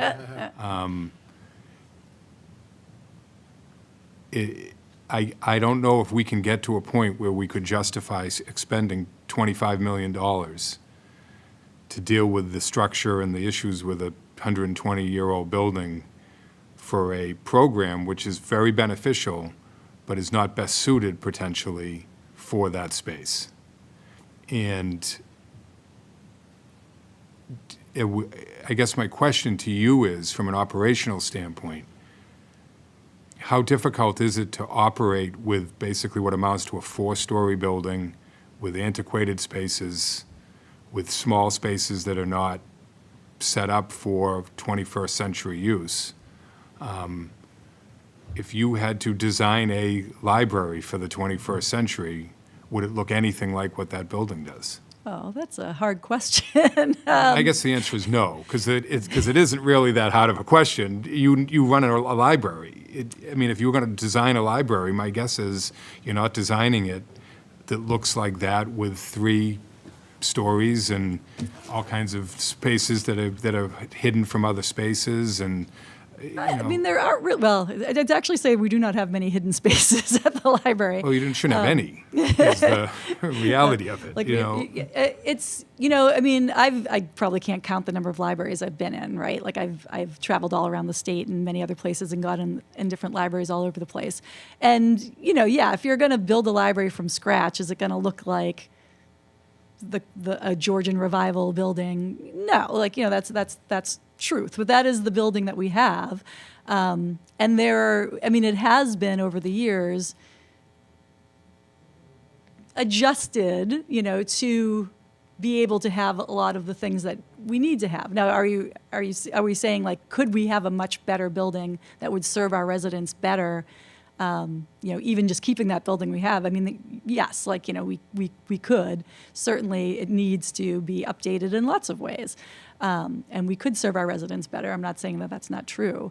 But I would say that, except for buildings that have just been renovated, right, that's probably true for many. I mean, I know lots of the libraries around in other towns are facing this exact same, question.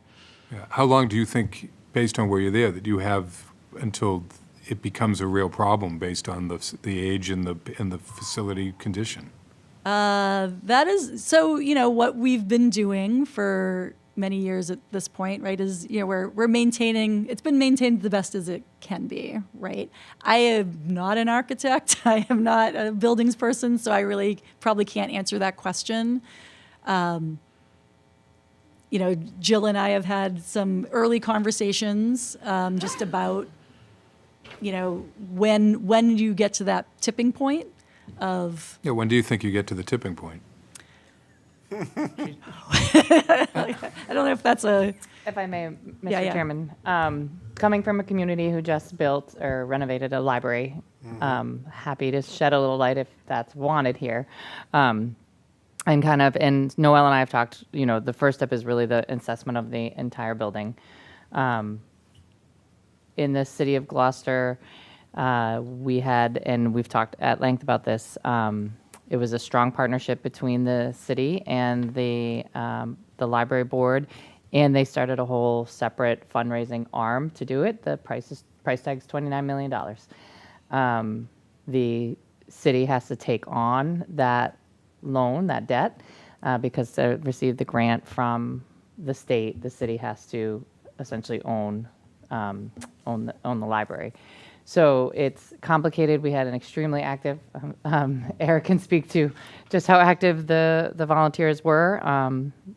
And some really incredible development professionals were involved in the fundraising, and there's still a long way to go. It is a process that starts with community involvement and leadership out of the Board of Library Trustees. But to get that price tag, first you have to do the real structural investment, and that alone is probably a $200,000 project. Well, maybe. She might have a quote. I have a quote, actually, or some limit quote. So I have, started to do some very basic, like, what do we need to do if we're looking at this? And I'm talking about this as like 10-year plan, right? Like, I'm not saying this is anything that would get done next year, right? This is something we're talking about years in the future. So I did meet with some architects to walk through the building and just say, what do we have? What would you do? What do we do? So you do a feasibility study, and they said that $30,000 they could do a feasibility study. And that's the first. And then they tell you to spend $200,000. Then they're like, yeah. I think the most important point is that this has to be community driven. The town cannot. Yes. Towns are never in a position to take this on their own. Right. It has to be a partnership, and it has to come with momentum from the community. And I am going to meet next month with the Massachusetts Board of Library Commissioners, are the ones who have the grants that they provide. So they do a kind of a rolling grant cycle for for construction for libraries specifically. So I'm meeting with one of the members of the state construction grants just to come walk through the building and start talking to me about what that process looks like and those steps. So we're just at the very super baby stages of thinking about that. But as to your point, if it comes, do you keep how long? You can't do a patch job forever. So Mike, I just want to let Eric jump in here for something. Mr. Chair, thank you for letting me go out of order. I just want to add one of the points that the town manager, that Jill just mentioned, around the community involvement and the fundraising campaign.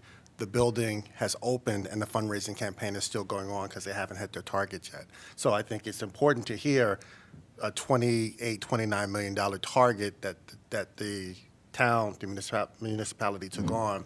They raised a lot of money, $16.5-ish million, and the building's open, and the town is still on the hook for the whole thing, and they haven't raised the rest of the money yet. And so it's harder to raise it once it's open than when you're, building, oh, help us get the bricks. So it really is a significant undertaking in that sense, so. Yeah, Yeah, absolutely. I would just say this, and I think I prefaced this when we were dealing with the schools. Far too often in this community, we have done these types of decisions in silos. And this is not a decision that can be made in a silo. Oh, no. We have a lot of public space. We're very fortunate in Danvers. Quite honestly, if I had had my way, we would have brought the entire library in under the town manager as well. It is what it is. But we're lucky in that unlike most communities, we operate with a town manager who has authority over the buildings and grounds across the board. And so we don't have, from a structural political standpoint, the silos that they have in other communities. We've still allowed ourselves to create those silos: schools, library, public works, recreation. And we need to look at all of these things in general, and we're going to have to be willing to look outside the box and accept some things. And that may very well mean that beautiful building gets used as something else than a library, and that it might make more sense, and I don't know, I won't be around when this happens, but that the Riverside School, for Nobody's example. around when yeah, anything happens. that the Riverside School would be a better place to have a 21st century library, and that's a building that better suits itself and might only cost $12 million to bring it to the point where it's able to do what we need for the community and to serve the community as best possible. So I'll just leave it at that. I mean, other than that, nobody's happy with a 10% increase in the budget, especially this year, but we understand why it is, and don't think you're going to come next year and do it again. No. Hopefully not. I just got Salem News says Landers says library moving to Riverside Yeah, School. Luckily, no one watches these. Yeah, my wife's home going, what is he talking about? I'm just going to crawl under the desk now. Mary, go ahead. I have no questions, but I do have a couple comments. Having been a former library trustee, I served on the board when they renovated the library, probably, 27, 28 years ago? Yeah, it was Something. 2000 was the last. Okay, 26 years ago. And when I was on the board then, it came with its whole manual of maintenance book and made sure that that was going to be taken care of every year and so forth. I know the building does need a lot of work, and I know we have an issue with the children's room area. I disagree that shouldn't be a library still, just having served on the board and the beauty of that building and the residents of this town loving the library so much. It's also, I believe, on the National Registry of Historic Buildings. Yep. So yes, it is. it's not like we can just move the library and leave the building as is and put something else in it that, I don't know. But I also am concerned that the George Peabody Society, which was the fundraising arm of the Peabody Institute Library, I am concerned that was closed, not moved forward, shut down. I understand maybe because nothing was happening for a period of time and didn't want to have two separate accounts running. But I am concerned that was closed because I was part of the board that created it, and there was good meaning behind it, and we did have some fundraisers for that. And I know you do have the Friends of the Library, but they too are a small group. So consideration going forward, if fundraising is a major thing, I mean, that might be something to look back at. Just suggestion. But no questions. Again, like you said, there's not much you can do with the budget. Thank you for your services and commitment to the town of Danvers and all the trustees and the staff. So, library advocate here. Sorry. Thank you. Eric? 3 questions. Set the timer. First, you mentioned visits. How do you count visits? I just wanted to make sure I understood that. So we both have a software, so it's like people coming in the building, and then we have, and we also count checkouts in theirs too, so the number of visits that go to the terminals, and it kind of like a conglomeration of the things. How many people are using computers? How many people come into programs? Yeah. Thank you. So now the tough questions. we talked a little bit about Gloucester, and I think we'd be remiss if we didn't pay attention to Marblehead. Yes. And so my question is, are there lessons that we should be learning with the situation? I mean, we talked about Gloucester, you talked a bit about some of the capital stuff, and Marblehead, I think, correct me if I get this wrong, Marblehead invested in building renovation several years ago, and 2 years ago. trying to be kind. If you wanna, for the five people watching that have you relatives in Marblehead. Yeah, you should not be kind about this. And their current fiscal year, they have a deficit in the town that they're trying to make, and part of closing that gap is the library is an easy target to make up some of the losses there. And so they have some difficulties, especially considering how support is calculated from the state, et cetera, et cetera, et cetera. Yes. What lessons are to be learned? We just talked about projecting ahead, capital investment, et cetera, et cetera. And so I know it's a conversation you all have had or have thought about since it's painful to read the news, and I don't live anywhere near there. Yeah, and if people watching, if they don't know, so the current projection for Marblehead, if they do not have an override in the town, is that the library budget and the senior services also as well will be cut by 50%. And they are struggling with what does that look like? Do they keep the library open for half a year? Do they limp through? Yeah, so it's a very difficult situation. Lessons to be learned from that is the concern from library side of things, and I think should be for town side of things, is just how are we valuing our different services in the town? I don't even know if I want to go. I want to be careful with what I say. I guess I would say here.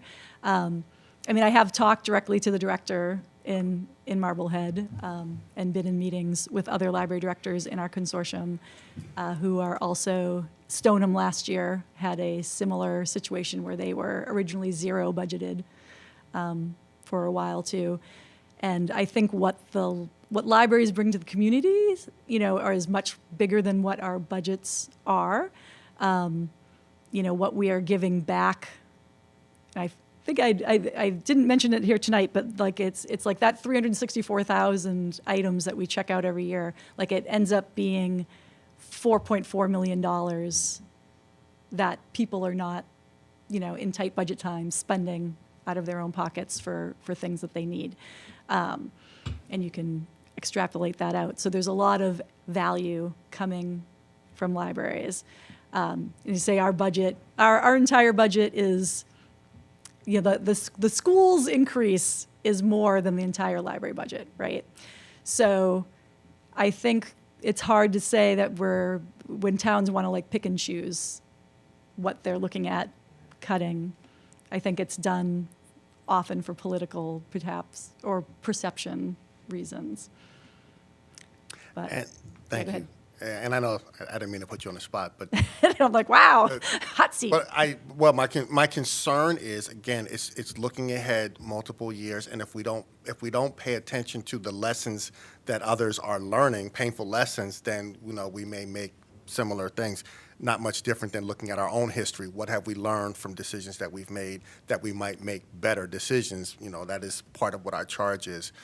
Then the follow-up question, and my last one, is depending on what happens in Marblehead, do you anticipate any impact, just from folks trying to get access to books? Is there any impact coming back to us? So sadly, if that comes to pass, that cut comes to pass, they will immediately lose their state certification, which means they do become an island.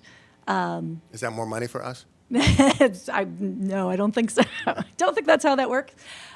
So the potential of things that might happen, this is something that the trustees, last year we had a policy approved through the trustees, and this is something the consortium also has a policy about, that if a member of our consortium becomes decertified, then services by other libraries to those residents stops. So a resident of Marblehead can come into the Danvers Library, they can sit and read a book, they can hang out all they want, they can come use the computers, but if they want to take items out, they cannot do it. Technically, they can also, and we're not going to ever do this, check people's IDs, where do you live, but look, we can technically deny them coming to a program if we want. So it becomes a real, you are reduced to what you have in your town, and that's all you have. So, and if your budget is, if your library is only half of what it was, you know, you're really, and as I say, like when I talk about the services and how much the library gets used, I mean, we do have people who are coming in, and when we're going into tighter budgeted times, people use libraries even more, because that's places where they can save, that's places, you know, just our children's programs alone, like people come in and like we are often talked about as like, this is your first teacher, this is your first, you know, this is where literacy is starting. Right. For free, right? Well, I guess you could say it's prepaid services if you want, but you know, this is libraries are only going to get more important when we go through these kinds of budget crisis times. Thank you. Yeah. Paul. Are you in the first year of your contract with the union? This is the second year. Yeah. Was this Right? was That's this a right. big? Is this the third year already? How did that happen? Okay. The reason I ask is because you said most of the increases are because of contractual. Yes. So we went through this 2 previous years also, right? The increase? Increases. Oh, the increases. Want to answer that, Rodney? Sure, happy to jump in. So it was settled late in the process for the '25 budget. There was enough surplus through vacancies to absorb it. '26, the state aid is going to have to absorb the overrun in the '26 budget. And '27, we're budgeting to what the actual cost is. Is it fair to say this was an unusual increase? Or we expect the same thing next year? No, next year, again, well. Next year we what? started collective bargaining, so I can't tell you. I'm sorry. You will be collective bargaining. Oh, okay, all right. Right, Well, in the next- It's this interesting. next- Simple math is the whole budget is $319,000 for, you know, count descriptions. In other words, 1,441,000, et cetera, is just salary type things. Right, yeah. The other question I had was, that's the contract, okay. Well, no, I don't have any more questions. Just to thank you for what you do, really, because I know with human rights and inclusion, we work hand in hand on a lot of projects. Yes, yeah. Yeah, we've got Not a just couple. what we have, but what you have, and you open the door for us. Yes, yeah, and I'm So working thank on you a very couple much. projects with HRIC right now. Yes, we're looking forward to it. Thank you very much. Yes. Arthur? I think we've spent enough time on hypothetical, theoretical discussions without any facts to base any opinions on. So I would just Was that say. pointed at anyone? Yeah, well, you We'll know, have a talk tomorrow about that. yeah. Just the later I stay up, the worse I'll be in the office tomorrow. So let me just ask you, and by the way, Rodney, what's the percentage of the library for the whole budget? The entire budget? Is it 1.4, I want to say. 1.4? Okay. So I think that the questions that we've talked about relative to, you know, what's the library going to do if we have a problem? This is really not your problem. It's the rest of the town can't screw up what they're doing with the big budget numbers. So everybody take care of what you have to take care of. You'll be fine. The only question I have is why is the temporary so much higher? The temporary employees so much higher versus the regular salary. So like it's 30% on the temporary employees. Is there more temporary employees or? So, and those are really our part-timers. So it says temporary, but that's our part-time staff, which, oh, I'm going the wrong direction. I can't do this thing to go the right direction. So. But yeah, is there more part-time Yeah, staff? well, yeah, so we have, I want to say 12. Is it, well, so 15 part-time staff, I think is how many we have total, if I have that right in my head. So we have a lot of part-time staff, and that was the greatest increase, right, when we did the comp and class study, they're the ones that got the largest increase All right. for that, so. Understood. All right. That's it. I'm fine with the budget. Thanks. All right, thank you. Nova? Start the timer. Now, you're always concise, Nova, and we I try appreciate to be that. very, I'm just curious to know, year over year, the visits or the amount of items circulated, is it going up? Is it going down? It's a library question. That's a good library question. And the answer is yes, it is going up.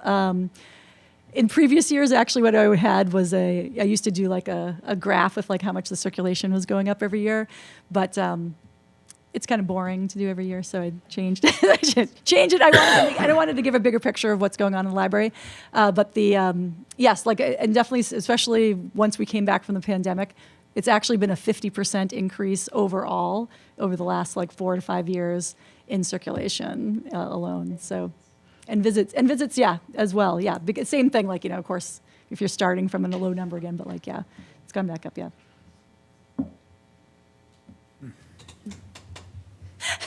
No. Why don't you just raise your hand instead of? Right. I don't know what that means, but yeah. I just assume he has some kind of shoulder injury, and I'm trying to be sympathetic. Bill Bradstreet, town meeting member. The schools have Chromebooks. Are they of any use to the library? Or do No. they get recycled, thrown out, or do they have a down payment for a new one? No. Chromebooks have anything, or help for the library? Go ahead, Noel.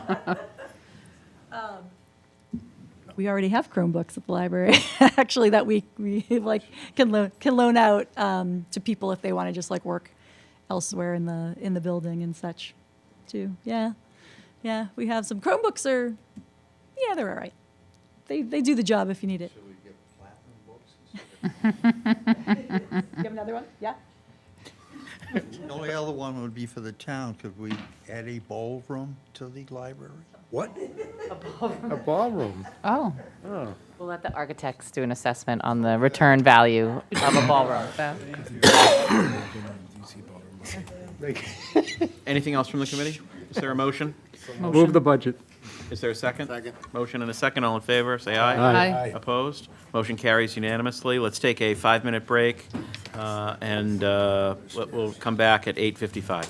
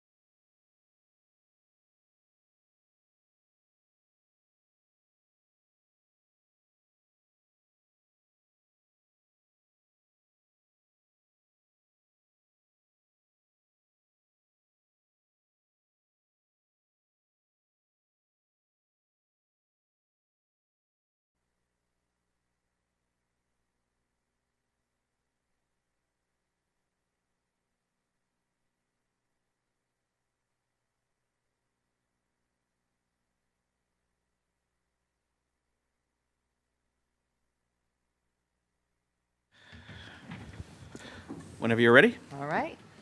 Thank you so much. I just want to introduce the rest of the team that has joined us here tonight.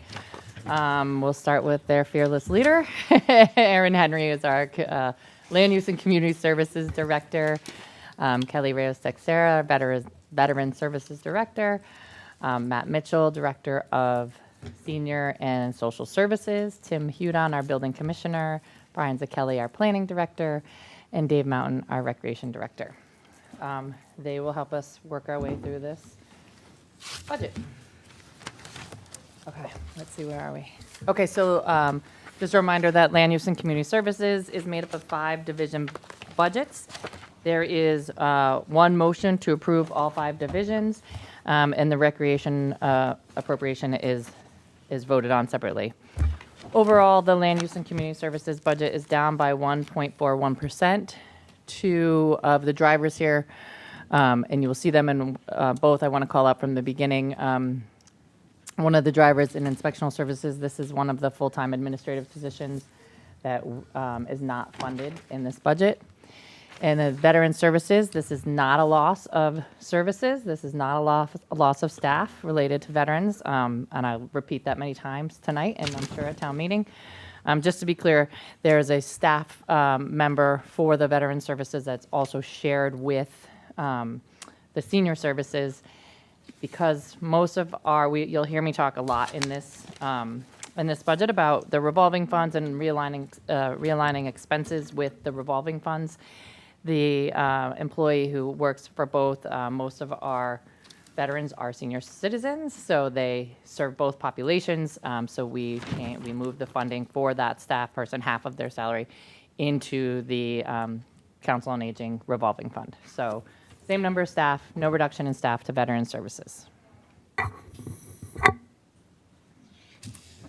Inspectional services, I pretty much just summed it up for you.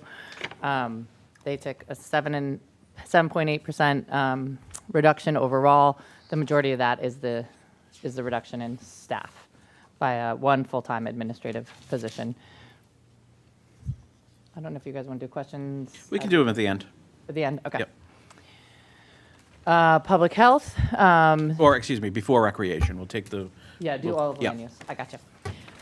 Public health, small reduction. This was related to environmental services.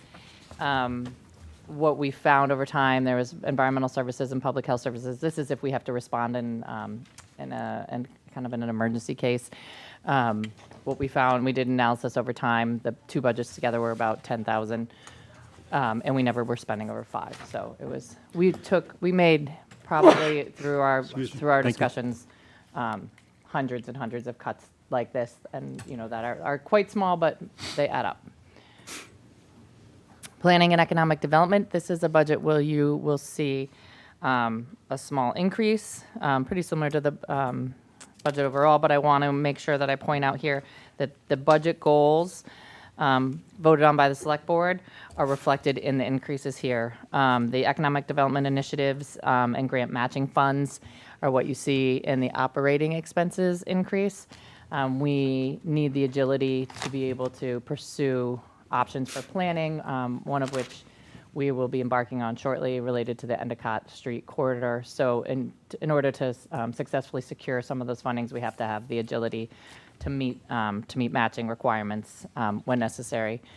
One of the things we've been talking about with the planning department is this is an area too that we're more than happy to report back to each year and show you how we optimize those funds. For me, starting this season as we go into next budget. So if you're concerned about those funds, I will bring you a return on your investment. And then the other piece is professional development is the other part of the increase in operating expenses. We have several members of the staff in the planning department who are pursuing higher education. And that's a contractual requirement. We are at senior and social services. Again, so this is where the realignment of expenditures to revolving funds is seen. The senior center has essentially 2 revolving funds, the transportation revolving fund and the Council on Aging revolving fund. In here, we are accounting for So you can kind of, we've pushed some things back and forth on here. We're accounting for salaries for the transportation now in this budget and shifting vehicle costs and van drivers fully to the transportation revolving. So the increase in salaries and wages is bringing staff over and then aligning the transportation costs with the transportation revolving fund. As a reminder that we fund part of that every year, also that revolving fund with the Uber and Lyft. And just to make a note that you guys will vote and approve those authorizations for revolving funds in your town meeting warrant articles. Veteran Services, I spoke to this earlier. This is moving that half of that person's salary to the Council on Aging revolving fund. And I think that's it. It's a lot. They do a lot considering that that's how long it takes to get through their budget. But happy to answer questions and have the whole team here to help. Arthur?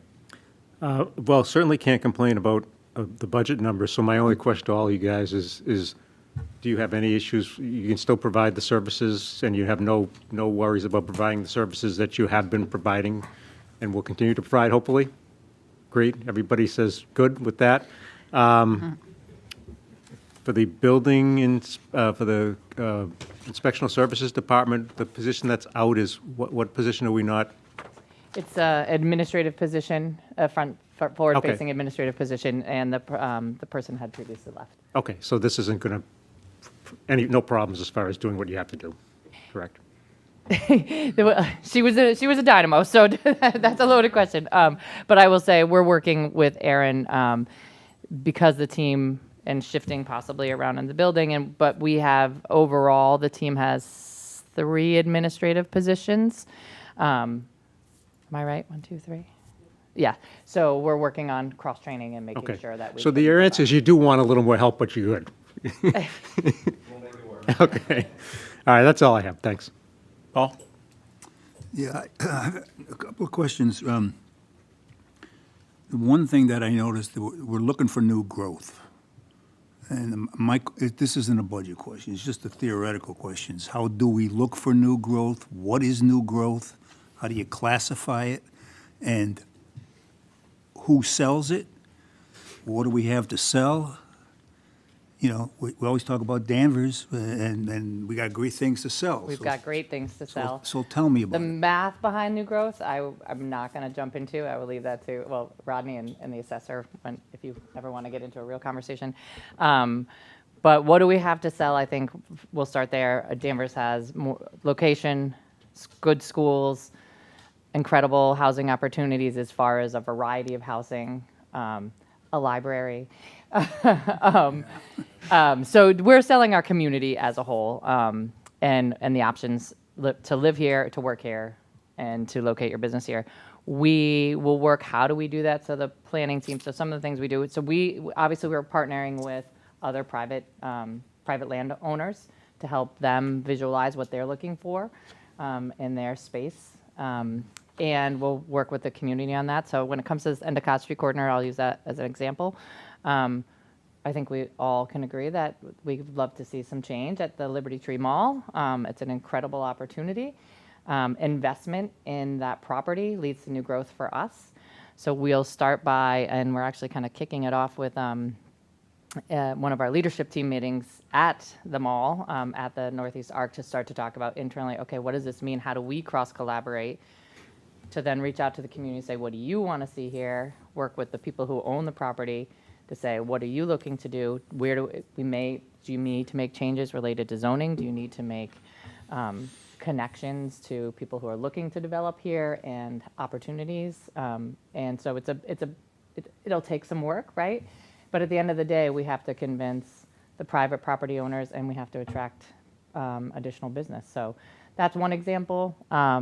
Like I think I said the other night, we have some incredible partners in our industrial park who are growing on their own.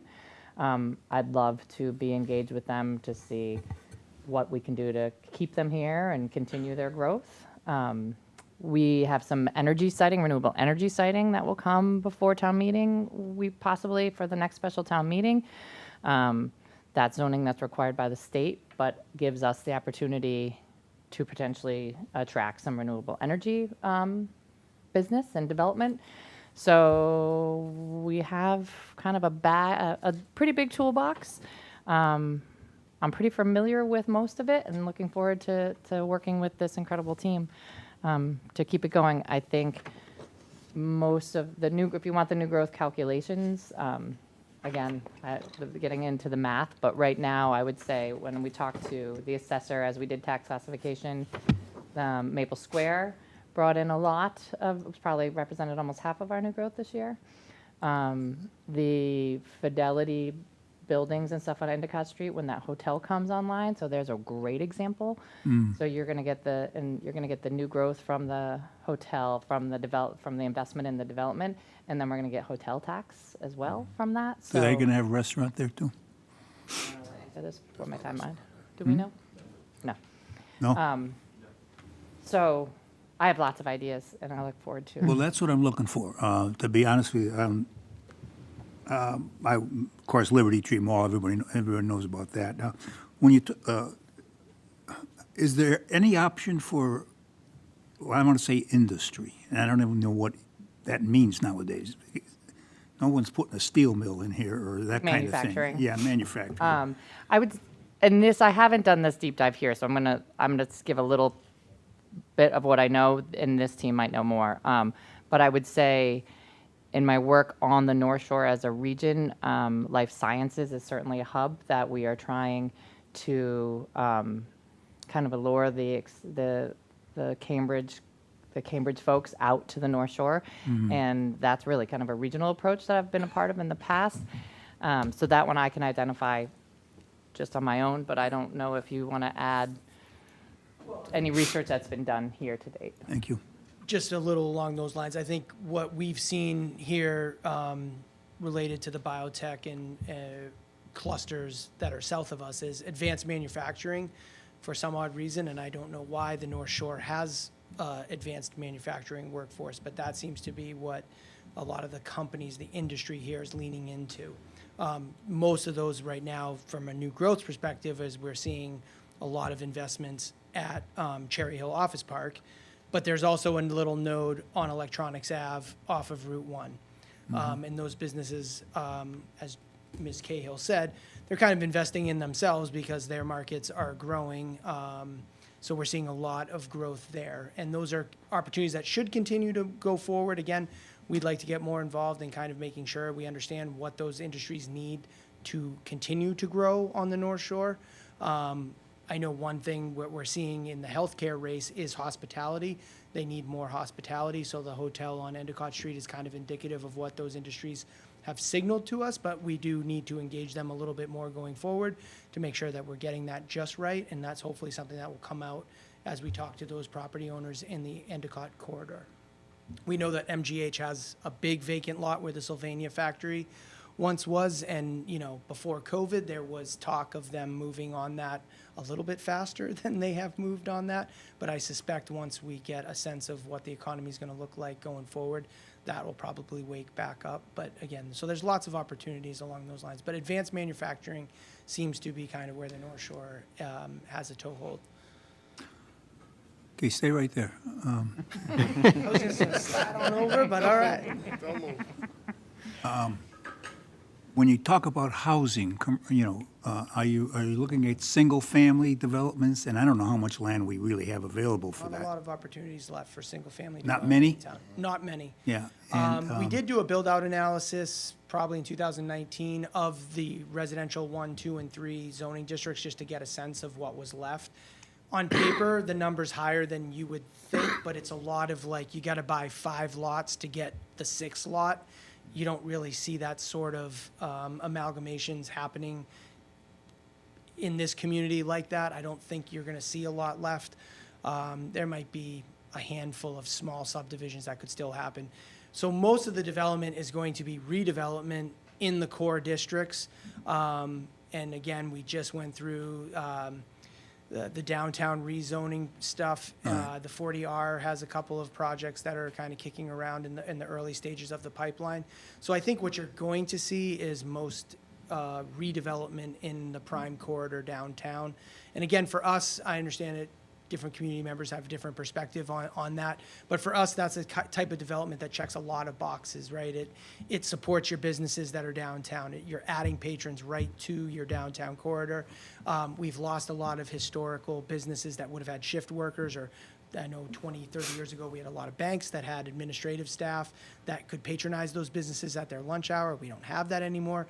So we really need to figure out a way to backfill that. And I think that what we've done between 2017 and 2024 really are trying to speak to that and trying to get those patrons back downtown. You don't need a new road for that. You don't need a new water main for that. So it checks a lot of boxes where basically we get a lot of the benefits without a lot of the costs associated with a new subdivision 2 miles out. Would there be, I mean, in your own mind, developing similar to Maple Square, maybe not Height, I don't want to get into all the details on that, but down lower High Street, is that what you're really looking at, places like that? Yeah. Yeah. Yeah. Go ahead, I'll move on. I may come back. Two questions. One, before you leave. Could you just explain the project that I guess starts from Purchase Street where the trucks are driving all the way over underneath the highway? What is that? Okay. Yep. There's a lot of action, Yep. and I just So that is the federal government Environmental Protection Agency is handling the cleanup of the former Crease and Cook site. And they're using the rail spur as the way in and out. There was earlier, 2018, 2019, they were going to use Clinton Ave in and out of that site. And upon further reflection, they felt it was smarter to not drive toxic chemicals through a neighborhood, and the rail spur was an option. So that's what's happening there. That I'm not quite sure the completion date. They should be done this year, but I don't want to say that with 100%. Yes. I Stay think tuned for the weather kind of. They weren't able to do a lot of work, so they're about to kind of kick back into gear, and they're going to start with a community meeting to re-engage the community. And I will give some credit to Rep. Sally Curran. She has been a huge advocate for keeping the community informed and engaged on that project. And just to thank you for answering the question. Steve King is our actual contact on that project. So if Aaron if you need too many details, he may or may not he's a wealth of information, but just to give him a life ring in case. That's sufficient. Thank you. So my next question is on senior services, and that's just. Well, I'll start. You want to take it? We'll start, and then we might go to Matt. So for context, at my facility in Gloucester, our neighbor and partner is a senior services provider, and one of their programs is the PACE program. So I've been learning a lot about senior and elder services, and so my question is that something that is viable for us as a partner or as a service? And there's a lot of Medicaid, there's a lot of money, right, and revenue going through their program because they are a PACE program. And so I don't understand all the nuance of it, but I'm looking at it, I see dollar signs, and I'm wondering how we can get some, so. I'm going to pass that one right on to Matt. And Matt, I assume Somebody you're in the familiar business- with the program? Someone knows, and it's not my area of expertise, but it's interesting the more I hear and learn about how they operate and the growth of the program, blah, blah, blah. So just to give Matt a little background, being familiar with the program and having 2 elderly parents that I am caring for, so somehow I know more than I need to on this topic. But essentially it's a day program that's for you have to be income eligible. Anyway, but in my experience, the senior services, the senior center would be a referral program to help support people who need those services. Yeah. So Matt Mitchell, Director of Senior and Social Services. I'm a little bit familiar with it because when I worked for another city, PACE was through Cambridge Health Alliance, and they had the day program. We have a day program already. It's not a medical-based model. It's more of a social-based model. So a lot of the individuals that come to that program, early signs of dementia, or are really just lonely and wanting to get out of the house and have some structure. So that's roughly 10 to 12 people a day we have. But once we started seeing more medical needs, that's when we would make the referral to somewhere like PACE. The other place that we make a lot of referrals is the PBD Council on Aging, but they have a specialized DPH licensed day program that is medical based. We'd have to scale up our operations significantly to do something like that. But we do make referrals to those types of organizations already. Thank you.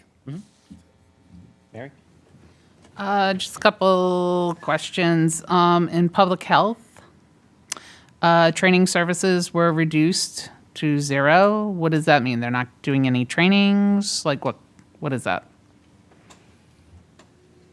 No, they're not doing any trainings. They actually have a lot of training requirements, and I think, if, you saw the breakdown of the breakdown. They do a lot of trainings.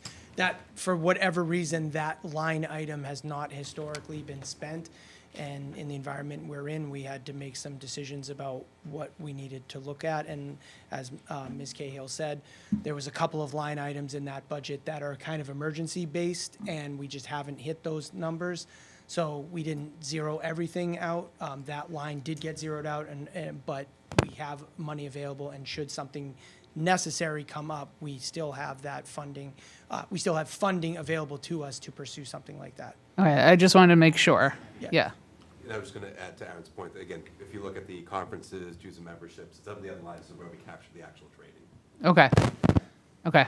And then in planning and economic development, the consulting services was up. Is that due to the Endicott corridor and all that? Trying to meet those Yep. goals. Just want to make sure. Okay, very good. Thank you. That's it. Mike? I'm good.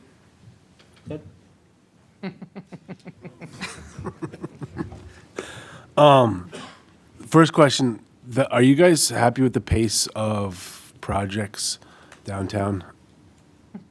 Kind of a loaded question. Yep. And welcome to Loaded Question Night. It's fastball right out. I guess I guess a little bit of a wish-washy answer, but I would just say that it's really out of our control. I mean, we've had projects that sometimes their financing solid and they're good to go. Other properties are a little bit smaller and they're not able to swing it, and the banks have come in and said, hey, your numbers aren't going to work given the new economy here. All I can say is we've set the table. We're getting a lot of interest from property owners. And again, if only a handful of those even get to the conceptual stage, but we get a lot of tire kicking. So again, I would say there's a lot of encouraging signs, but again, the pace itself is set by them and their financial Right. deals, and so it is what it is. But on the margin, do you think that the economics are there to make projects viable and they don't necessarily need to get extra units through variances and stuff like that? Well, and again, I know that's another What we're fastball, talking yeah. about was someone applying for 16 and they were only allowed 13, and Right. so. But that said, I think the other ones we've had a couple come through lately, and again, there's some late breaking.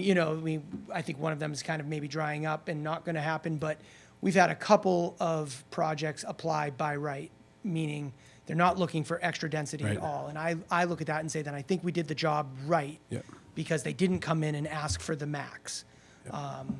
So again, how many of these will come to fruition, who knows, but we're getting a lot of tire kicking, and several of them are not looking for special permits for density bonuses, which I view as that we got that close. Can you talk a little bit, I think it was probably 3 years ago, about the proposal to create a district or potentially allow districts around, you use Endicott Street as an example, where it was joint, I forget what it was called. Planned unit development. Yes. Can you talk a little bit about that? And whether, As just a general. yeah. Planned unit development was a technique that is legal in Massachusetts, whereby you kind of create a customized zoning district that allows the property owners to come to the special permit granting authority, either the zoning board of appeals or the planning board, to say, roughly speaking, the four corners of what I'm proposing fit inside of this authorization, but the details that sometimes are traditionally set by a town meeting are, under these circumstances, allowed to be set by the zoning board or the planning board. And again, we've talked a little bit about agility and the need as these projects get developed, and these are multi-million-dollar projects, you don't see PUDs for small things. You usually see these for large, $40 million plus investments. Just gives everybody a little bit more flexibility inside of some set parameters to allow that special permit granting authority to negotiate with that landowner on a project that makes sense. It's also sometimes called what you see is what you get. So it's essentially, they come to that and they say, this is what I want to build. And as long as that fit inside of that bigger box, the SPGA can move ahead with that approval process. Lexington uses that, Burlington uses that. If I could probably come up with a few other examples if I had time to think about that a little bit more. But so it is a tool that's used. We pitched it a few years ago. It's not something that is familiar to this community, and so it was kind of met with some skepticism and some lack of understanding, which is totally fine. It was kind of a newer concept, but that's what I think we're talking about. And was Linfield Marketplace built with that too? I feel like you might have said that, but I think no. that was a negotiated rezone where there was a lot of back and forth and a community benefit conversation. I believe they turfed 7 fields in exchange Have for you been that. to their athletic? Oh, yeah. Yeah. But I believe that was a negotiated process. Okay. Which is not spot zoning. That is all, you can Right. negotiate with a property owner. Town meeting can negotiate like that, when I think that's what happened in Linfield. Okay. I think that's it. Wally? I'm good. Yeah. Set. Okay.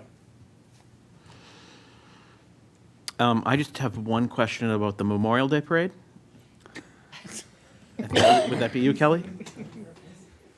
It's, It doesn't mean you have to stand up, Kelly. Means you have to parade up.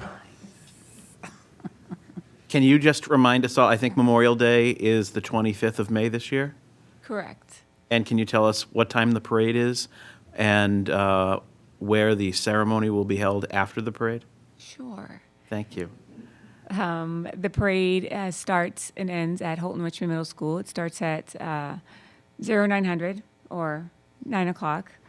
And the ceremony starts, we try around 10. And that's at Holton Richmond Middle School inside. Great. Thank you. That's all I have. Oh, fantastic. Okay. Any questions from the audience?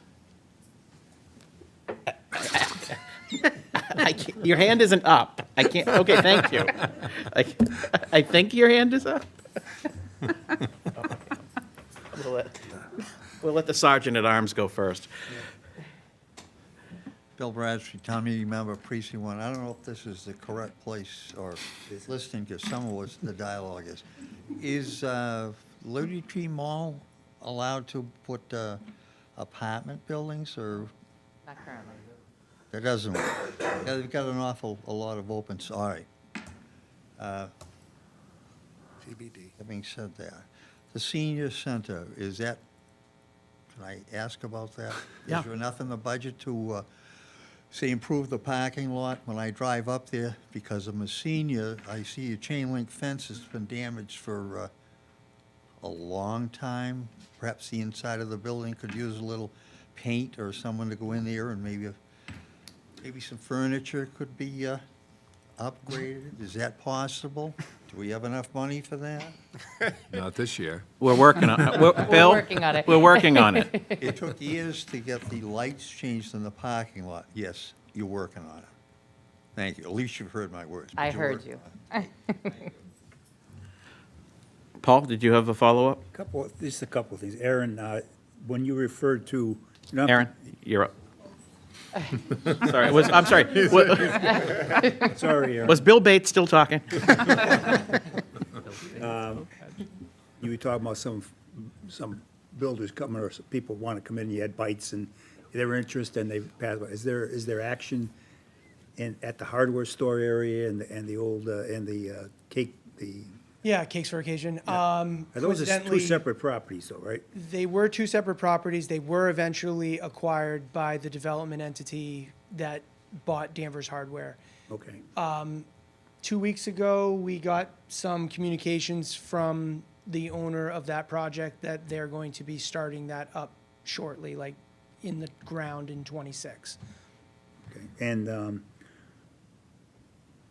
who goes out, maybe this is for you, Joe, more than, when you're talking about looking for growth and how you're going to do it, is it something that you go, I know you mentioned the Chamber of Commerce the other night, but is this something you can go, or you go to places around the country at conventions? I know we don't have any budget for that. I was like, I don't think that. No, I mean, you could, if, cities that have large economic development. Right, right. We're not asking you to departments. go overseas or anything. No, like that. but I think a lot of it, one piece that I probably should have talked more about the other day is a lot of it is connecting with our state agencies and quasi-agencies. Mass Development is a huge piece of it, Mass Tech Collaborative, Mass Life Sciences. I mean, getting involved in, I always say, we want to be the ones who have our hands up, saying, we're here, we want to be a part of this conversation, we Well, want. every time they see you, they know you.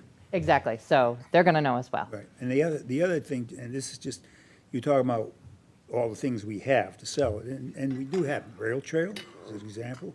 We have the great recreation department, and the other thing we have is we have access to the ocean. Sandy Beach. And don't No, I didn't say forget that. I didn't say Sandy. our incredible electric rates comparatively. So for some of these big businesses, Yeah.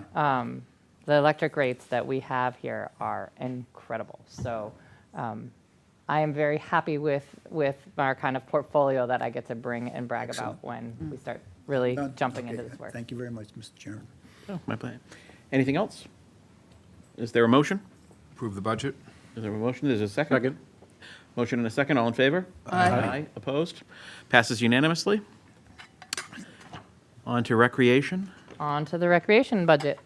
And I do want to echo what Paul just said about the incredible value that the recreation department brings to this town. Having, my kids are older now, but having tried to figure out summer care for however many years you have to do that, and then you learn that Danvers has these, five different summer camp programs of all different varieties. Never mind the fun club and all the summer concerts, and so the value that the recreation department brings to this community is incredible and is absolutely an asset in economic development. So what you see mostly in this budget, so it looks like a whole bunch of red, but we did not cut the recreation budget. This is the realignment of expenditures and budgeting related to the child care revolving fund.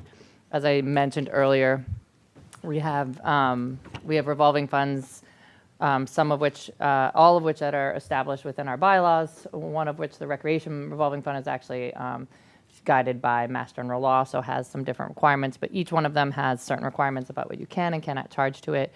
They are supported by default. A revolving fund is, right, the fees that come in for the service then go out to pay for the service. So that's the heart of what a revolving fund is.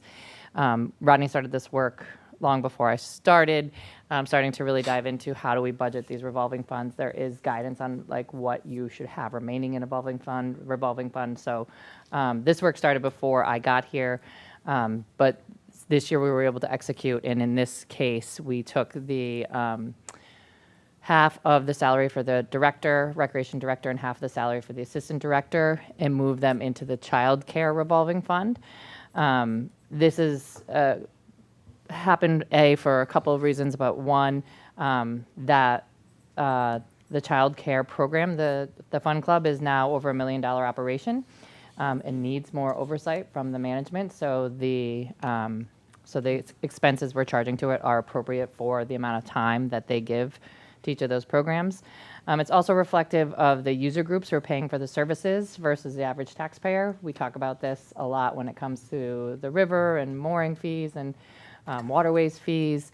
In the same way, this is that revolving fund concept that the residents that are using the service are then, it's really essentially paying for the service. And it has a very healthy revolving fund balance. So this is kudos to the team, the rec team, and the finance team for really thinking about how to best use the revolving funds. And again, you will approve the authorization of that spend in the warrant articles. Good. Okay. Ted? I don't think I have any questions. Mike? Nope, thank you. Mary? All set. Thank you. I wasn't expecting that. Eric, go ahead.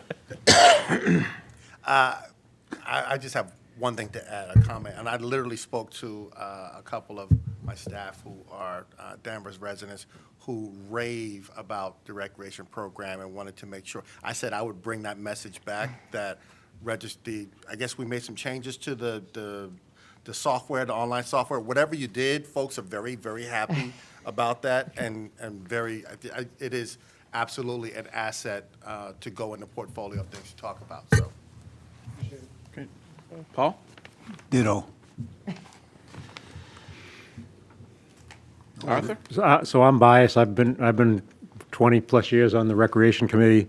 There's no better bang for the buck in Danvers. If you've been a parent of a kid in the last 25 years, you know how much that they do. Dave and Nick and Chris and everybody over there just does a tremendous job. So, we could give them as much money as you want. I'd be fine with it. So. Look at Dave.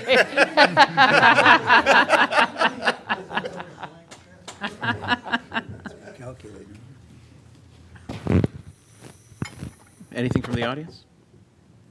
Move the budget. Second. It's a motion and a second. All in favor, say aye. Aye. Opposed? Carries unanimously.